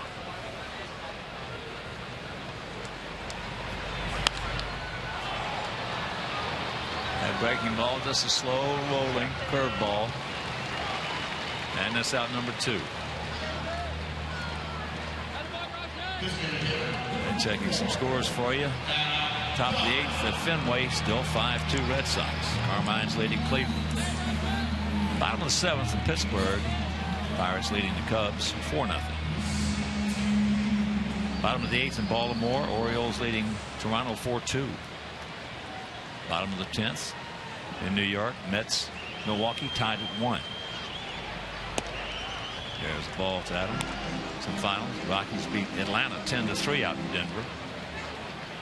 At Citizens Bank, Philadelphia beat San Diego 7-3. Cincinnati over the Dodgers 4-1 at the Great American Ballpark. Later on, Yankees taking on Robinson, Cano, and the Mariners. And Seattle. Top of the 6th, Houston. Leading the D-backs 4-1. Houston now 30-37. Houston starting to play pretty good baseball. They got some good young players. Yes, they do. They play hard. That's one thing that Bo Porter's got them doing.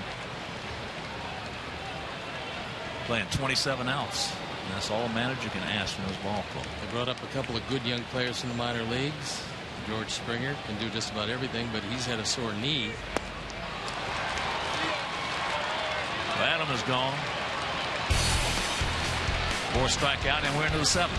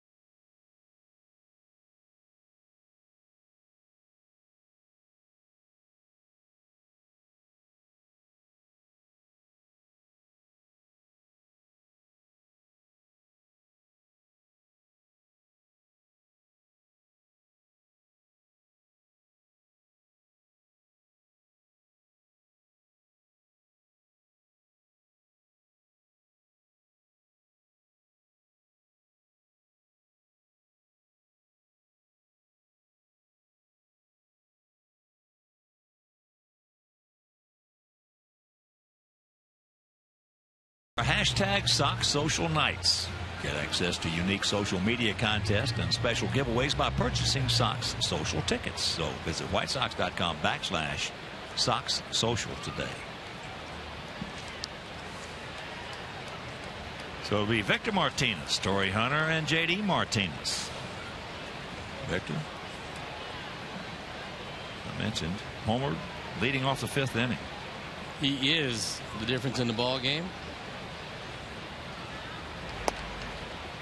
And if you missed it,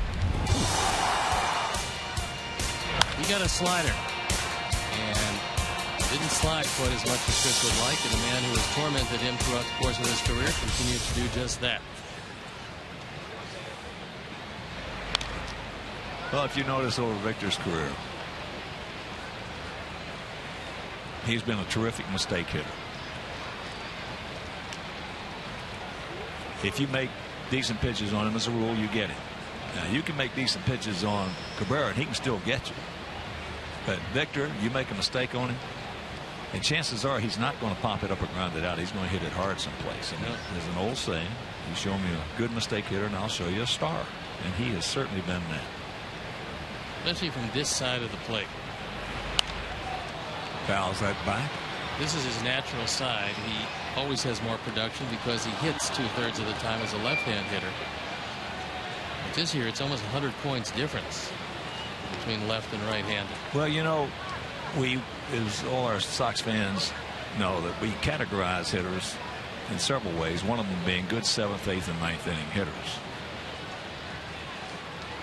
That being the case, as a rule, you show me a good 7th, 8th, and 9th inning hitter, and I'll show you a guy who's a good mistake hitter.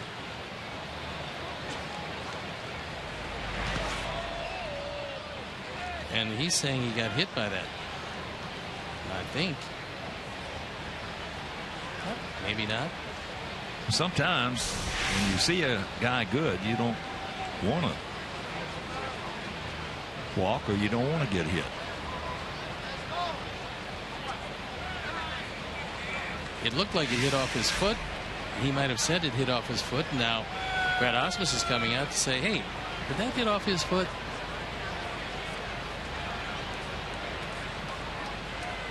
No, leading off an inning, you want the leadoff man aboard, certainly in a 1-0 ball game. I think this is going to be a challenge. I think. Well, from that shot, they got no chance. From that shot, it didn't look like it hit off his foot. They got no chance of winning that one. And that hit past his front foot and before his back foot. No, he got that back foot out of the way. Yep. But the year before Victor lost the whole year to that injury, he hit 400 with runners in scoring position for a full season.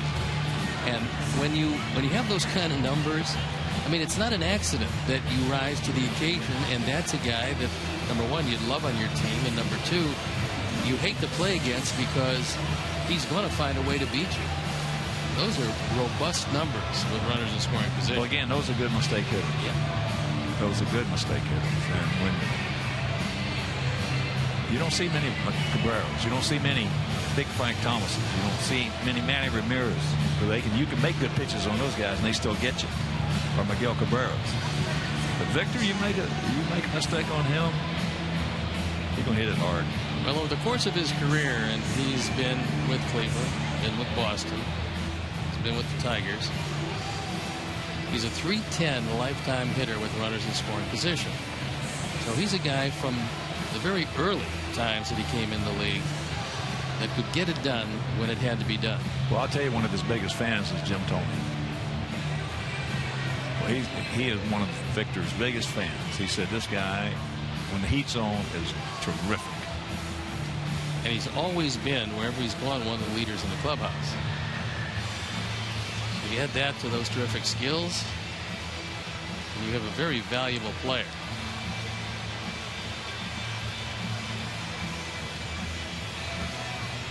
Well, from the shots we saw, it shouldn't be taking that long to determine that he did not get hit by that pitch.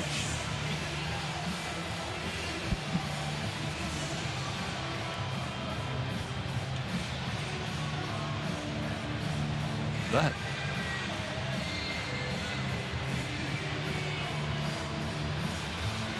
it's got to be conclusive.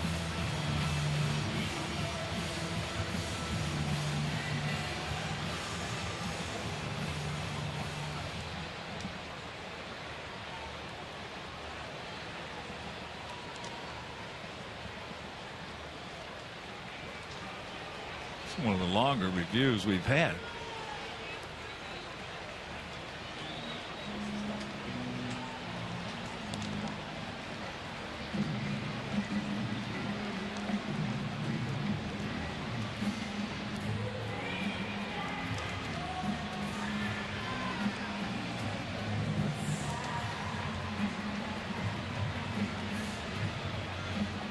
Wow. How long has this been?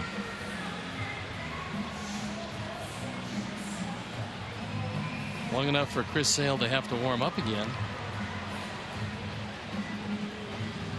3 minutes and 30 seconds at this point for that. This is one of our longest. Yeah, it is. I think it's the longest one we've review.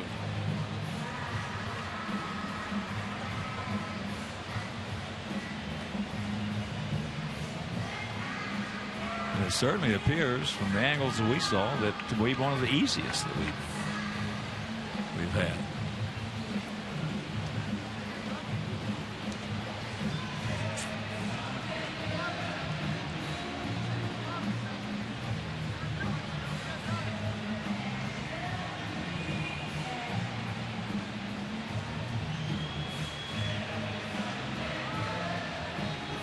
This is just for the.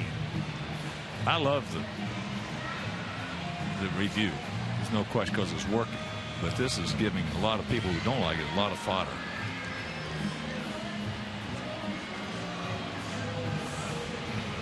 Man. Well, normally it'd been pretty easy in years past, especially when a hitter was not wearing a shin guard or a white coating on his shoe. He's hitting. Yeah, it would have been very easy because there was usually a scuff on the baseball. But apparently, no scuff on the ball, and Victor, as we hypothesized very early in the process, is saying at home plate.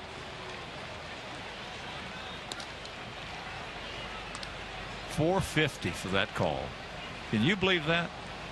That is the longest challenge that we've had. That's the longest one all you had, a 440 on April 2nd. That's amazing right there. On one of the easiest calls we've seen. It appeared to be. Oh, yeah. From either angle.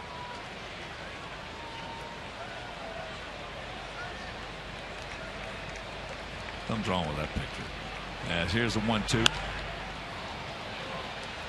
Tank a long way to go. He is. Look at this. What a catch that was. He made it. Beautiful catch by Viciado. That'll be one of the plays of the night. As risking life and limb, he goes over on the dead run, knows he's got a slide, keeps his concentration, able to make the catch and take the hit. Boy, that's a good play. You see the way his foot got caught in that little. Yeah, that's an easy way to break an ankle. Watch his foot, not that one, the other one. But beautiful catch by Tank. So here's Torrey. He's going out to Viciado, and he also is single back through the middle.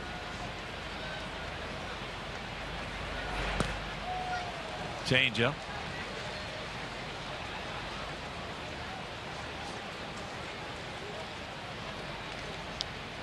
Now the review still has to be tweaked. They'll get it right. This is still the first year. It's a third of the way through the season, a little over a third of the way. Well, they lost Tony on the committee, so it'll be now as it stands, unless they appointed somebody else in LaRusse's place. It'll be Torrey and John Schuerholz, and they will get it straight.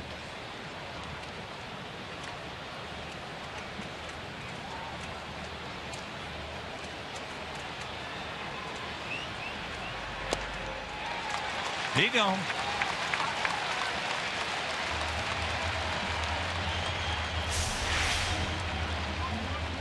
Ninth strikeout. Not much of a swing there. That ball was in Tyler's glove as Torrey Hunter was swinging the bat.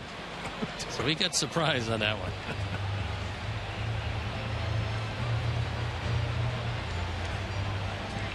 So here's J.D. Martinez, robbed of a base hit on a wonderful play by Gordon Beckham, and he also struck out. I mean, that was some kind of play by Gordon. And if you missed it,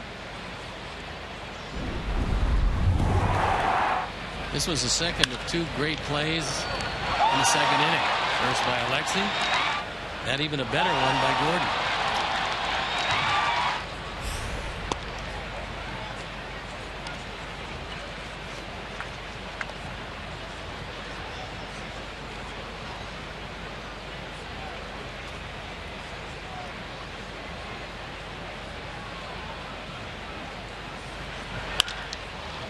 Alexi can't get that one.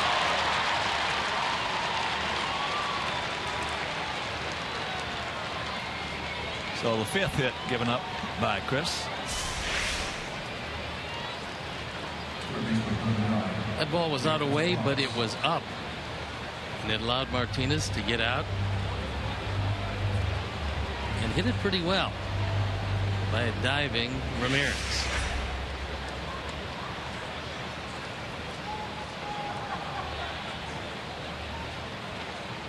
There is Castellanos, 0 for 2 with a couple of strikeouts, one on a changeup and one on a fastball.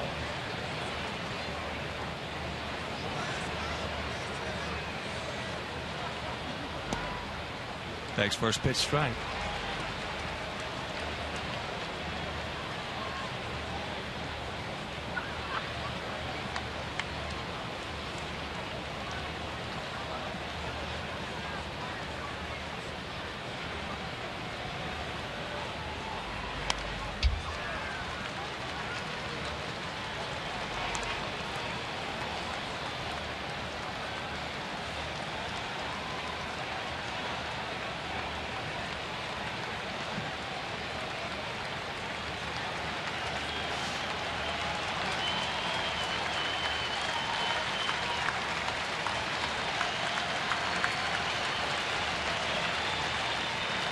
2 out in the 0-2 pitch.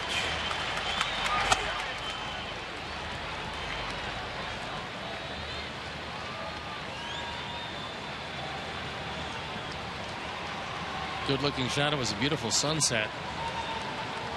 And the clouds wafting across the moon.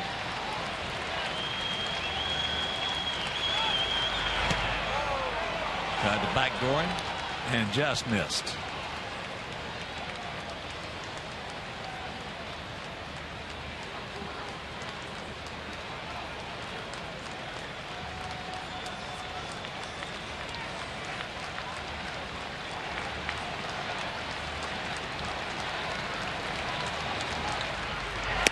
He gone.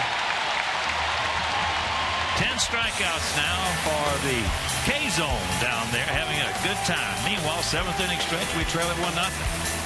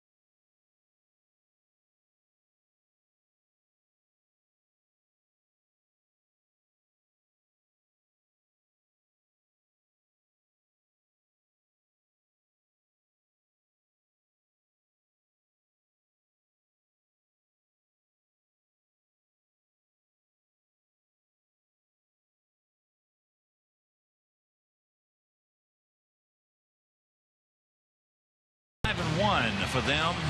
Home run by Victor Martinez, leading off the 5th inning, and no runs, 1 hit. And that was a double by the man at the plate right now, Alexi Ramirez, in the 4th.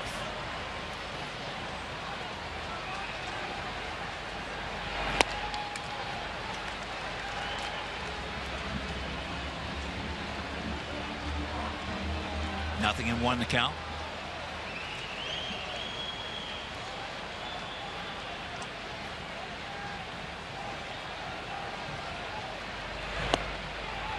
Nothing in 2 the count.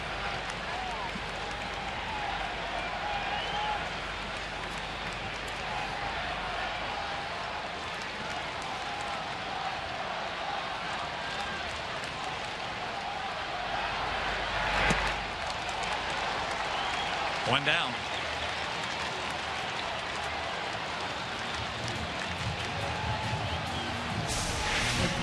Fifth strikeout. Here's an example of your catcher wanting it low and away in the outside corner, and Scherzer getting it on the inside part of the plate with good movement. So here's Viciedo. He's 0 for 2, and Kinsler made a play almost the same off tank as Beckham did off J.D. Martinez.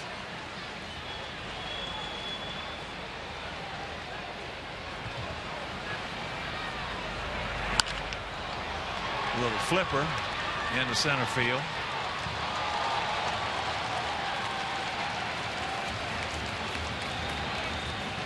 Chris Sale tonight has been absolutely terrific again. Most 10-plus strikeout games in franchise history. Ed Walsh with 17, Juan Pizarro with 15, and Chris Sale tied with Javier Vasquez at 13.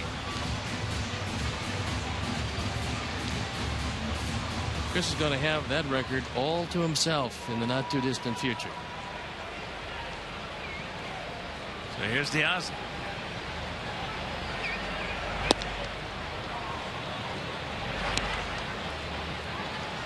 Scherzer with, for the season, just about a 4-to-1 strikeout to walk ratio. We can get it over the plate, and he can make it move.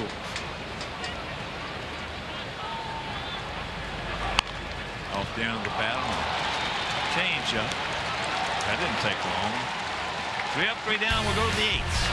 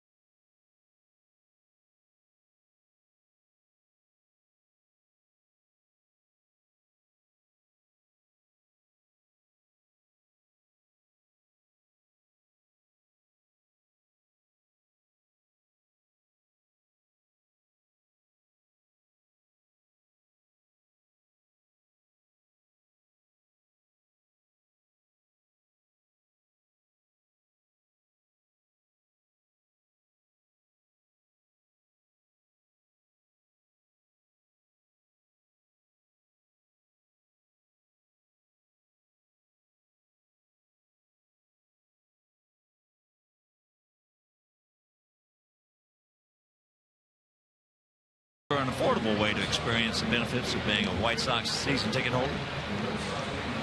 So purchase yours today by visiting whitesox.com or calling 312-674-1000. And the night is done for Chris Sale, and Jake Petrichka comes in. Jake out for the 27th time, an 0-1 record, a fine 1.59 ERA. And right-handers have done absolutely nothing with him. And he's going to face 5 of them in a row. So Chris Sale went 7, gave up a run on 5 hits, didn't walk anybody, and fanned 10. On any other night, it probably would have been good enough for a win, but not tonight. Best he can hope for is a no D. That would mean the offense will come to life.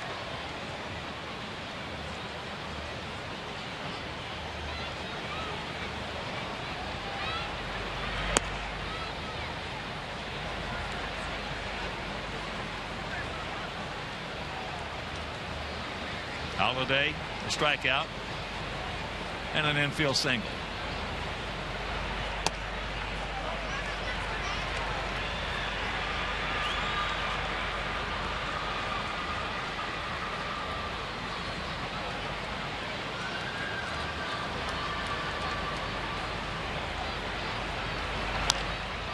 Ate him up.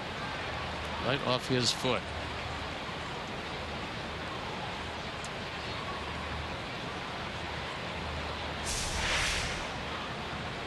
Bearing that fastball right in on his hands. He fouls it right off his foot.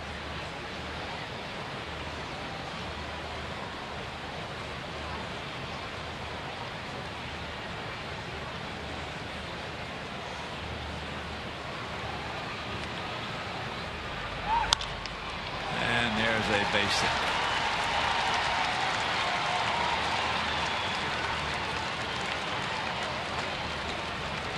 Well, the leadoff man aboard, and that'll bring up Suarez. Eugenio Suarez, 22-year-old shortstop. 0 for 2, a couple of strikeouts. Taking a look down at Dave Clark, the third base coach, who was giving him the sign.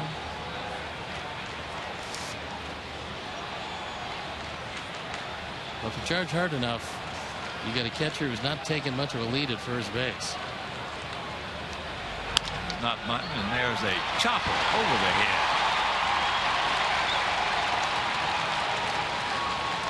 So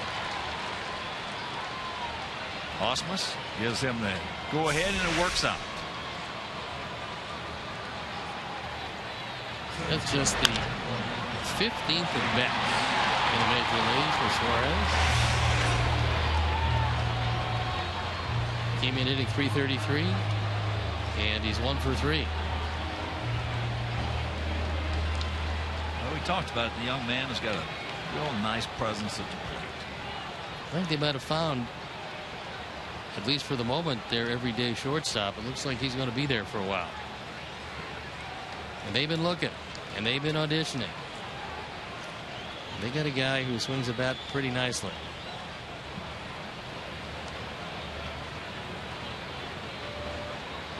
Rajay Davis does not have a sacrifice this year. He's 1 for 3 tonight. Picked up their first hit back in the 4th inning.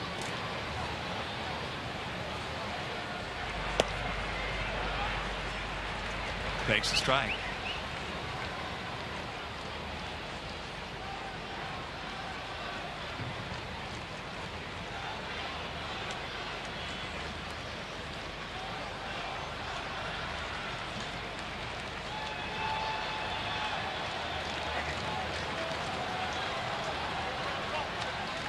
Corners in close. Outfield straight up. Spread out about equidistant. Now the wheel play. The fake. Good play, even if nothing works, just to make him aware of it. You see that Holiday, as soon as he saw Alexei sprinting to third, he went back to second. A pretty good idea that it would be Beckham trying to go back him. Maybe that's why Rajay Davis doesn't have a sacrifice this year. 0-2.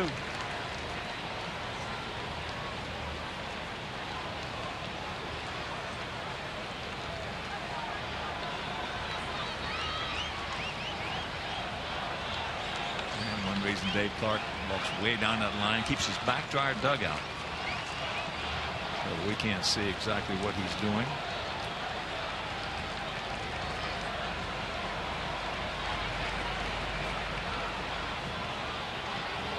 He's a very lively third base coach. Moves around a lot. Yeah, we had a coach that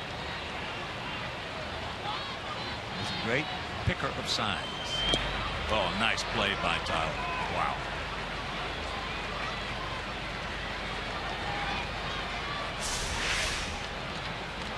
This one could have easily have gotten away. Tyler able to control it.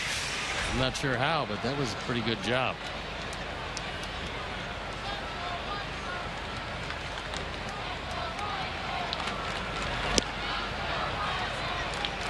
Don't get cute. 2-2.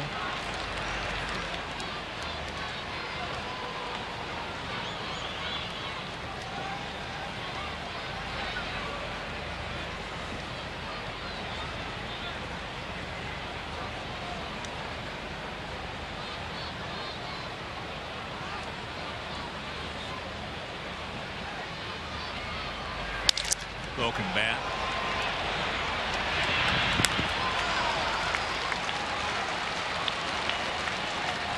So he gets the job done.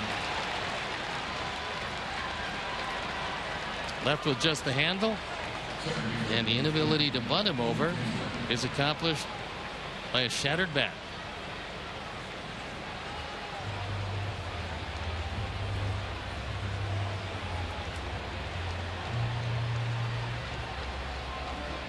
There's Kinsler.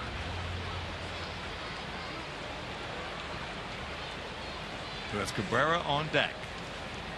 And the infield in at all 4 positions, not wanting to concede anything in this 1-0 game, top of the 8th.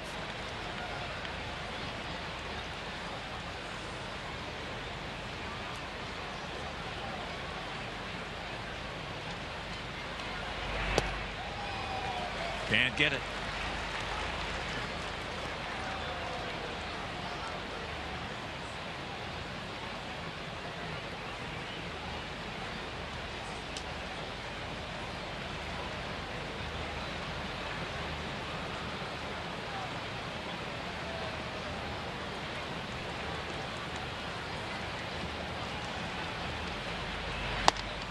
And that's inside. 1-1 to count. The 31-year-old veteran second baseman, Ian Kinsler.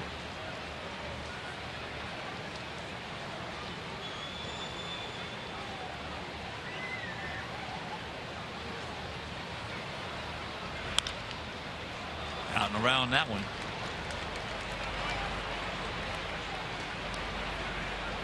Daniel Webb starting to loosen up in the pen.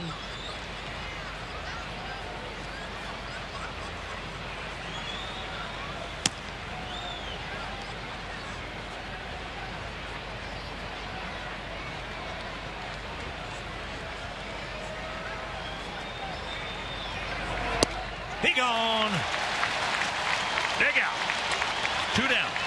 That was a terrific moving fastball, 96 miles an hour. Bearing down inside, out of the zone, but unable to lay off. And Kinsler, who strikes out very infrequently, just the 24th time, 259 at bats. So here is Cabrera. 0 for 3 tonight.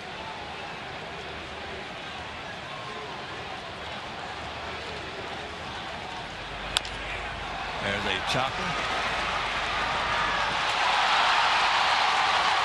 And that's going to score a pair. And it's a 3-0 ball game.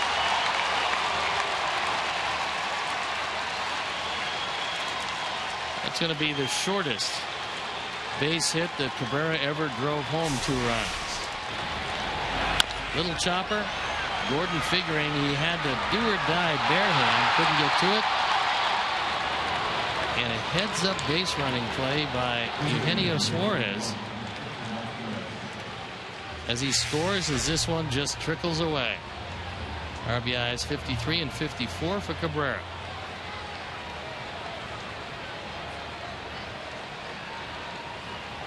That's too bad. But it is what it is. And here is Victor, who's 1 for 3 with a home run.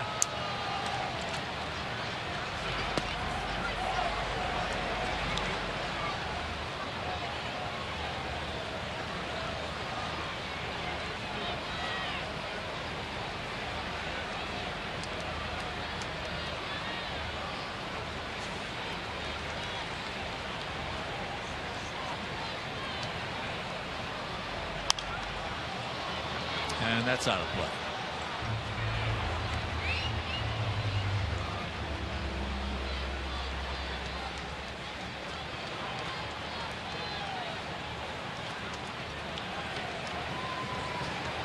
Therein is the presence of Victor Martinez.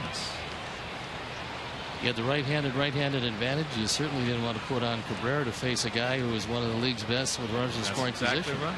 Therein is the presence, the value.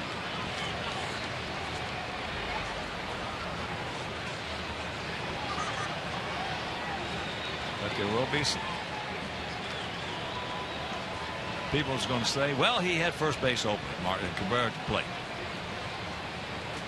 I don't think that that's the move, especially when right-handers are hitting in the 150s against Petrichka. Just they made the right move. Yeah, and he just got burned as far as the little chopper. Burns got time, picks it up. But an infield single knocks in 2. lead at 3-0.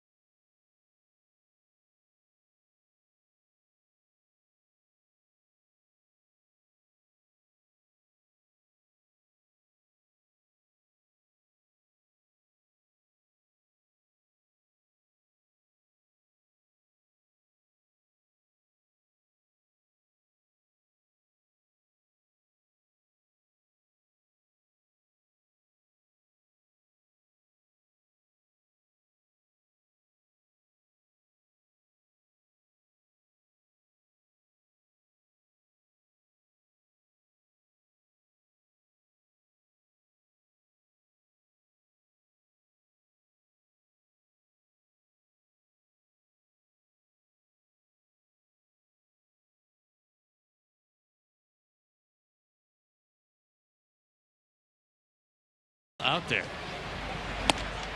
And first ball, fastball. Tyler. Austin Jackson in center field. Rajay Davis shifts to left. Don Kelly at third. There was a curveball, just a roller out in front of it. Very quickly to count 0-2. There is Kelly as Castellanos will have a seat.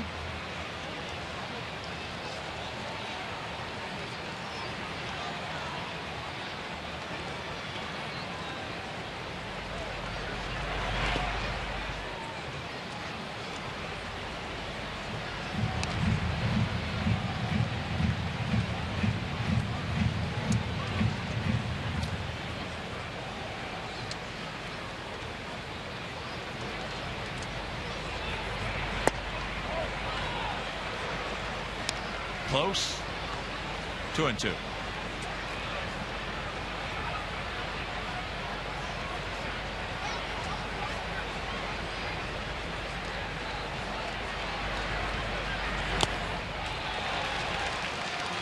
One out.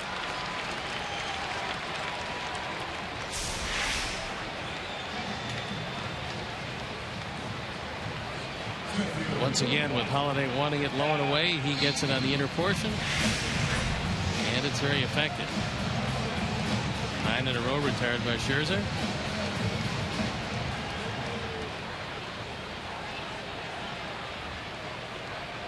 Back to the top of the order. Here's Eaton. Adam 0 for 2 with a base on balls.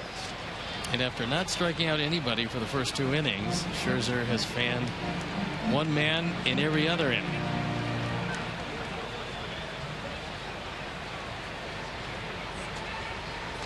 Start us off right here, Adam. It's a little one out. Fun. Outfield well around to the left.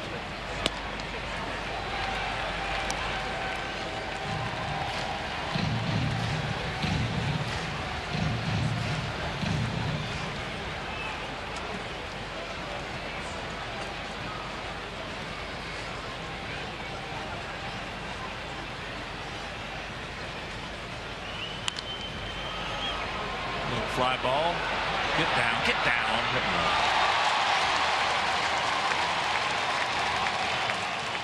Just like we promised you earlier in the game, it's Miller time, brought to you by Miller Lite, and it is the only hit of the ball game for the Sox.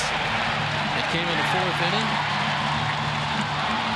and Alexei Ramirez with 2 outs, and Gillespie on doubled into the corner. Little did we know at that point that that would be it for the offense for the night, but that's how dominant Scherzer's been.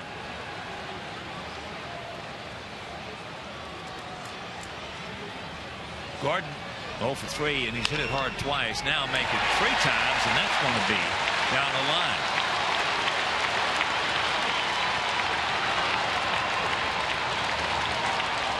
So the 2-out double. That's his 11th 2-bagger.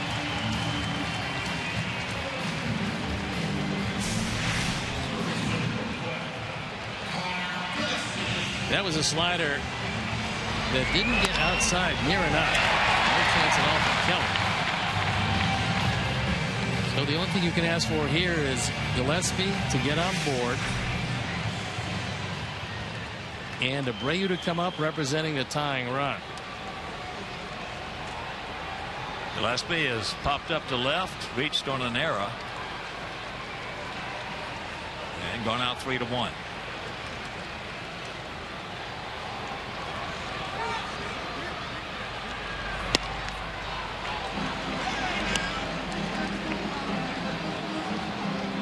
Scherzer reached back a little extra there at 95.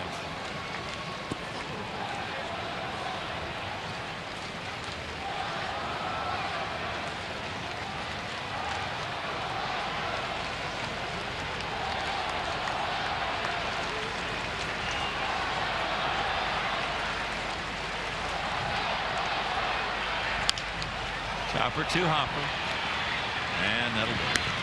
So we get the 2-out double, can't do anything with it. We're into the 9th, trailing 3-0.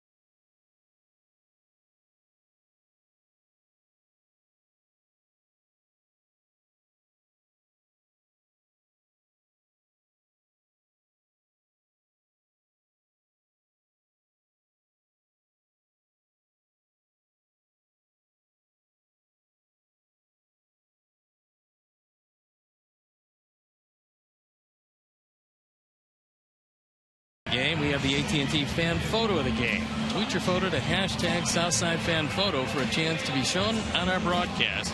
Brought to you by AT&T.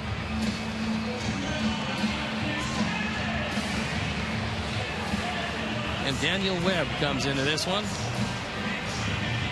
He comes in with some pretty good numbers. On for the 23rd time. He's 4-0 and ERA just over 2. Walks a little bit higher than he would like, but as you can see, opponents hitting just 198. Left-handers especially haven't done anything with it.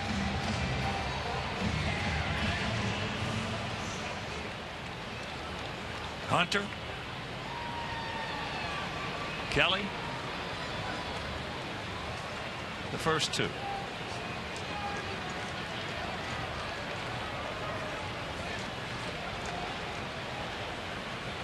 Torrey 1 for 3, had a single back in the 5th inning.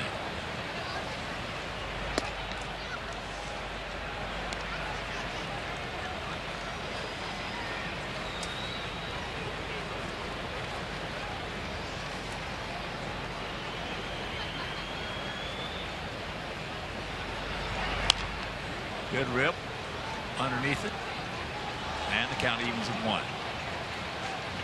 And make your plans to be with us tomorrow night. First of a 3-game set against Kansas City. Montana against Guthrie. Can't make it. The game right here on Comcast Sportsnet. And on Saturday, Hector Nuesi against Danny Duffy. That game over WGN. And on Sunday, Manzo against Shields. And that game back here on Comcast Sportsnet.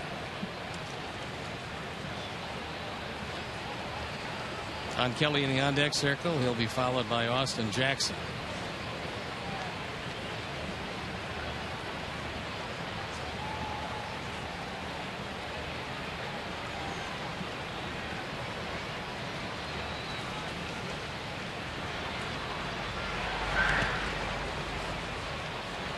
Well, if things hold true here,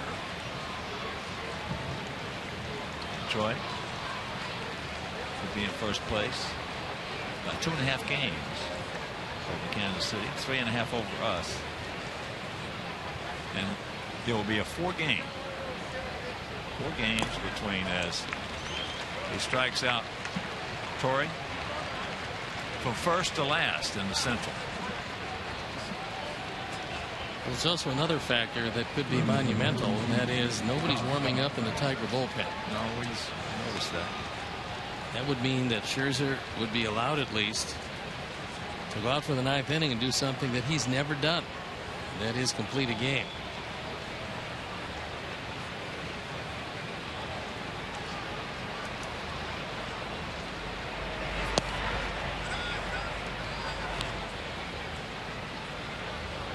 I know the count to Kelly.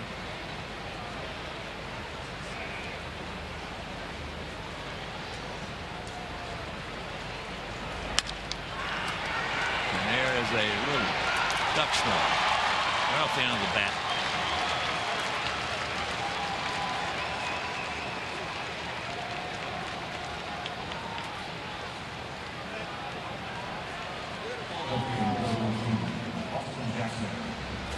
This is Max Scherzer's 7th Major League season.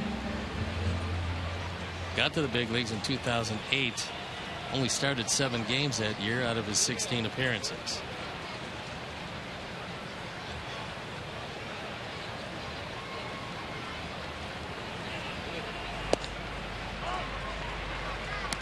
Austin Jackson takes first pitch strike.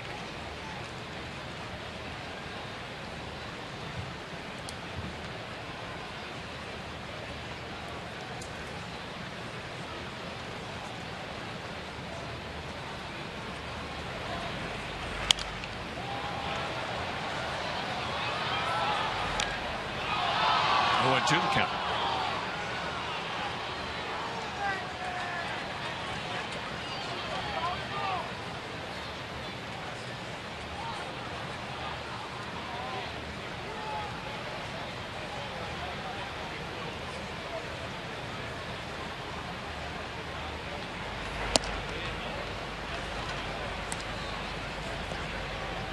Now Chris Sale, if you're just joining us, won 7 innings, giving up just the 1 run at homer.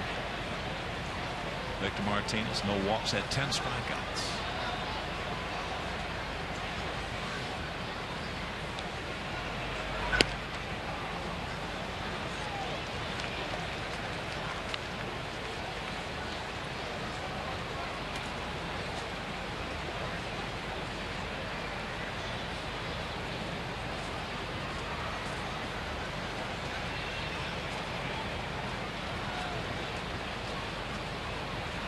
Kelly. Too big a jump.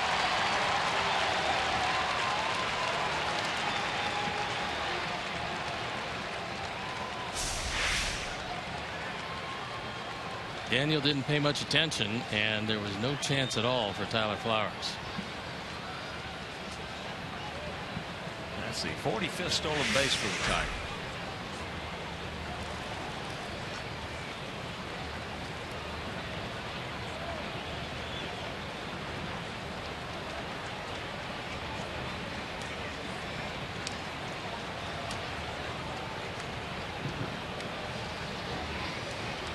3-2 pitch.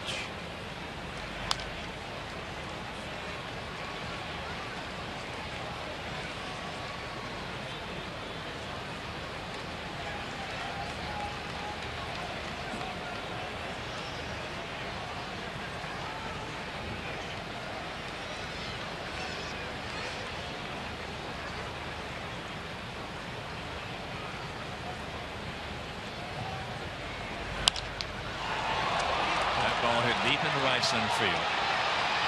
Adam is there. Makes a nice running catch.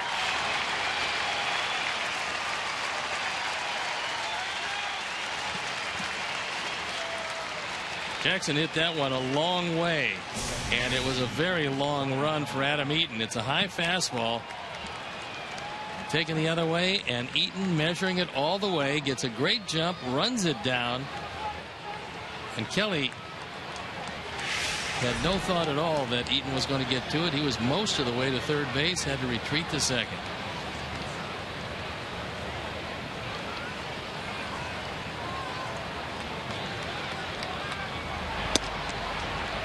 And there's the strike. Ryan Holiday, who was 2 for 3, started off that 2 on 8th with a muscle single in the left field.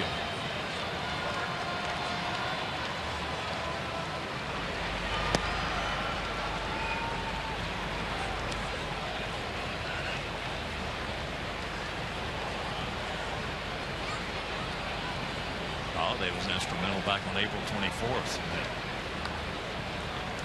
7-4 victory. Detroit over our guys. A couple of hits, an RBI, and a run scored.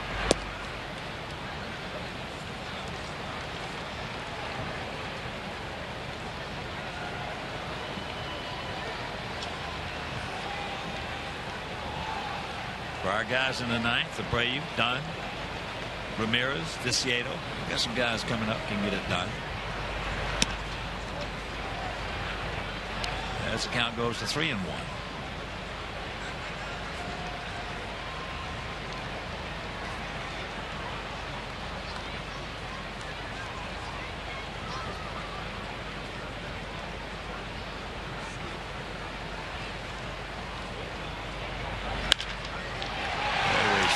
So the stolen base is going to jump up as 4-0.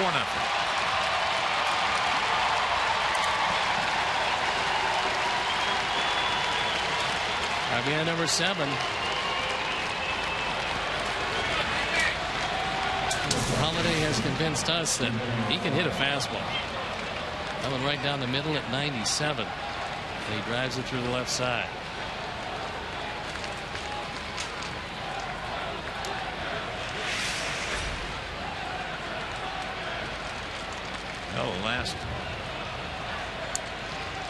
Last 9 at bats against us, he has 5 hits, 2 RBIs, 3 runs scored. Backup catchers that can do that are very valuable guys.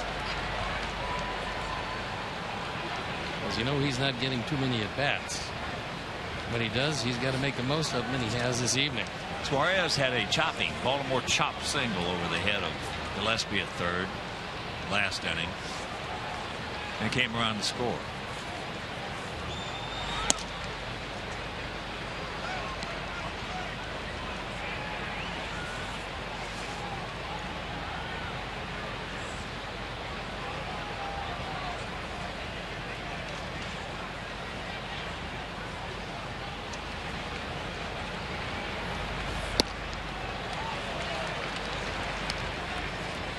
I'll tell you, this young man does some good things up there. 22-year-old rookie.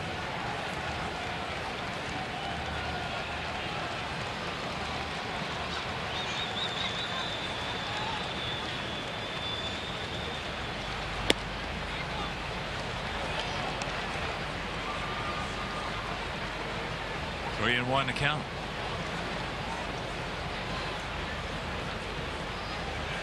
Rajay Davis on deck.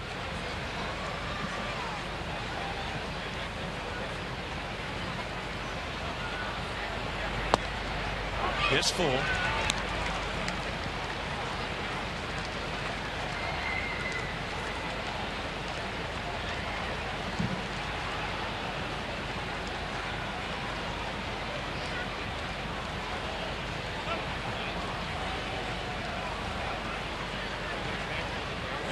South pitch. Chase the bad one. But they pick up one. We go to the bottom of the ninth. We need 4 to tie.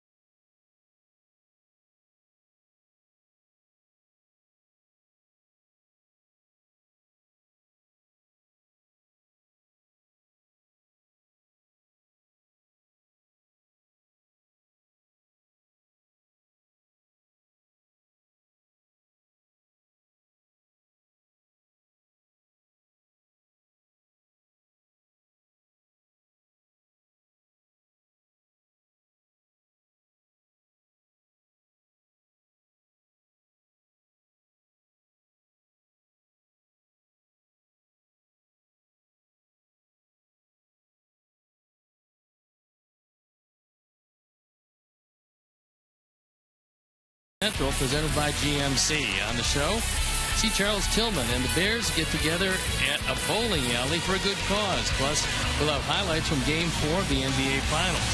See all that and more on Sportsnet Central tonight after White Sox postgame live, only on Comcast Sportsnet.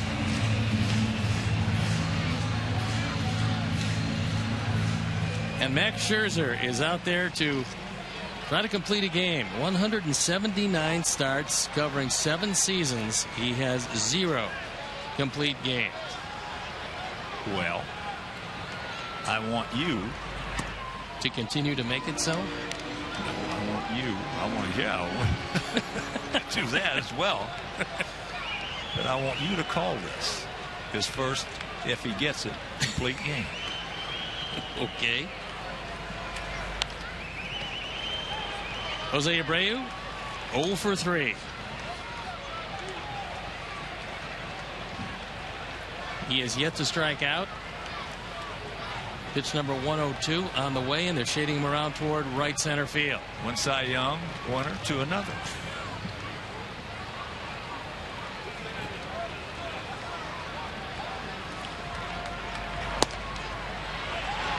Good fastball for a strike, and Jose's in a 1-2 hole.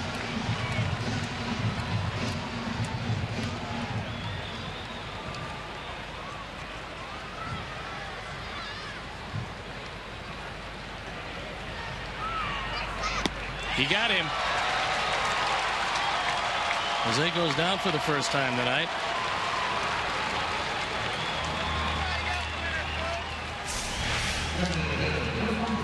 Off-speed breaking ball, and Jose well out in front of it.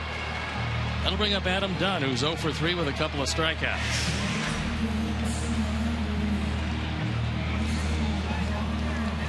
Three walks for Scherzer tonight.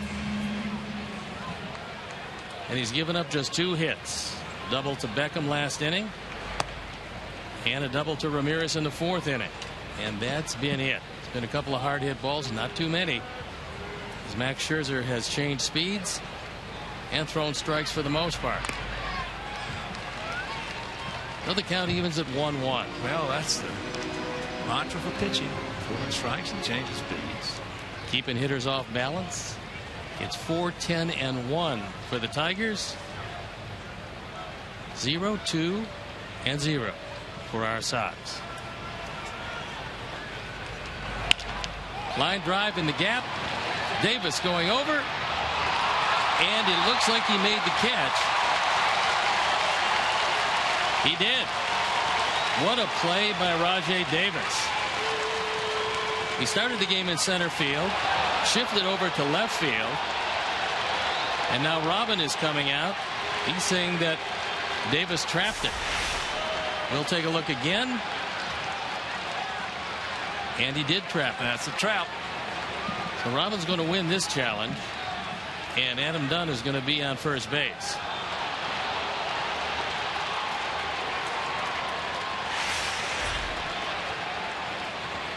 And a fine acting job by Rajai Davis will go for naught.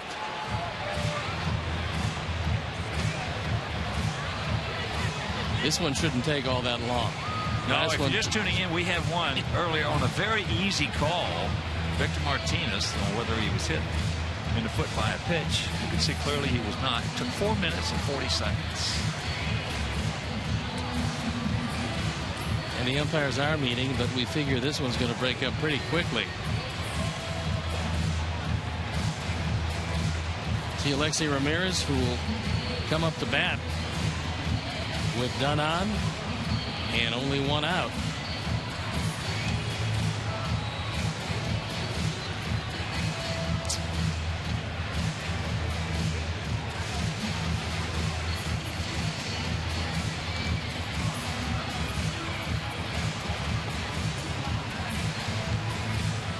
If you're joining us late, it was quite a night for Chris Sale. He threw 7 innings, gave up a run on 5 hits. He didn't walk anybody, and he fanned 10.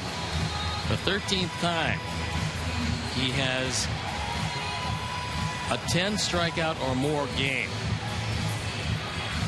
And moving up on the list, Ed Walsh with 17 is the all-time franchise leader in that department. And Chris tied with Javier Vasquez. And you would expect sometime this year, the way he's been throwing the baseball, he'll tie or probably exceed the 10 strikeout barrier for 17, or if he exceeds it, 18 times. And I'm not sure why this one's taking that long, because this is clearly a trap. And when you can slow it down and look at it from that angle, it's really a no-brainer, boys. Max Scherzer's very happy. He's not going to be all that happy when this one is reversed. But he's happy now, and as pitchers should do, when one of these replays takes over a minute and a half, you should warm up on the mound, and Scherzer was taking a few warm-up pitches. The monumental aspect of him being out there in the 9th inning is that 179 major league starts, he does not have a complete game. Well, again, this is where it's got to be fine-tuned. Both these calls tonight have been two of the easiest we have seen all year long. All year long. I mean, both of them were no-brainer. No.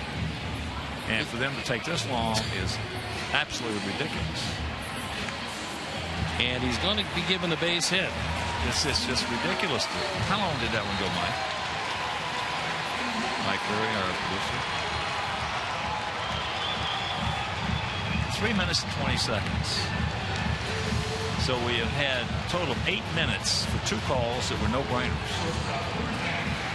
That's going to bring up Alexei Ramirez, who has one of the 3 hits.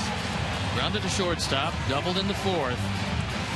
And on that double, Gillespie was aboard after an error by Cabrera, so it put runners at 2nd and 3rd with a chance to break through against Scherzer. But Dan Viciedo lofted a fly ball to right field, and the 4th inning came to a close. Well, they must have had us on call waiting for some other team.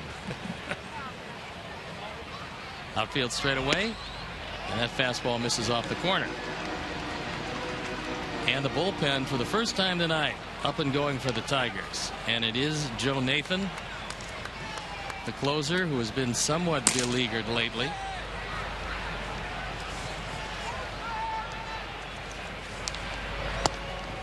That fastball misses inside. So Joe Nathan with an ERA of 7.04 with 13 saves. But given up 25 hits in 23 innings, getting loose in the pen. That one popped straight up. Suarez calling for it, and he puts it away.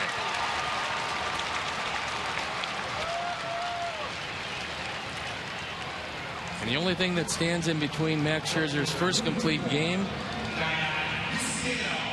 is Diane Viciedo, who's 0 for 3. Ground out, a couple of flyouts. Cabrera not holding Dunn close at first base.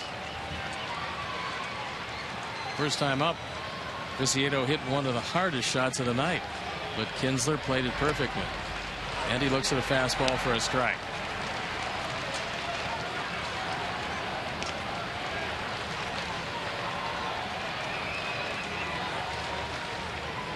Outfield, a couple of steps toward right center field. It's 0-2.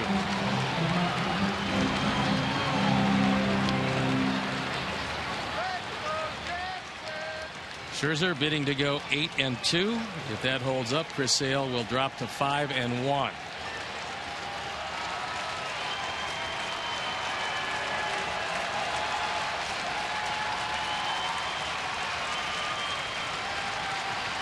And the 0-2 pitch. Lined foul. Well hit into the K zone. K zone was busy tonight. 10 strikeouts for Chris Sale. And a few of the K-Zonians have departed.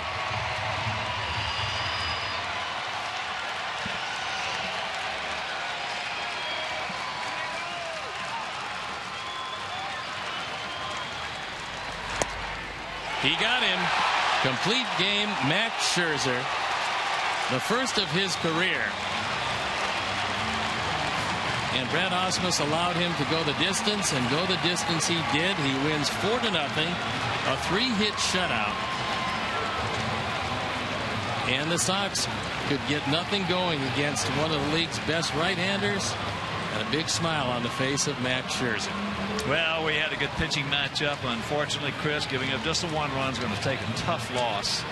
And we saw that happen a lot last year. So let's try now. Check out our GMC professional grade player of the game. Indeed, it is the 29-year-old right-hander Max Scherzer, picking up his 8th victory of the season against 2 defeats. Our GMC professional grade player of the game. So my partner Steve Stone, our director Jim Angiu, our producer Mike Leary, our associate producer Dave Ross, our technical manager Mark Harper, for the mayor, me and Bill Groove, also for the executive producer Jim Corno Jr., and for Mike Mayer, Doug Bullard, Frank Leone, Frank D'Amato. This is a Hawk.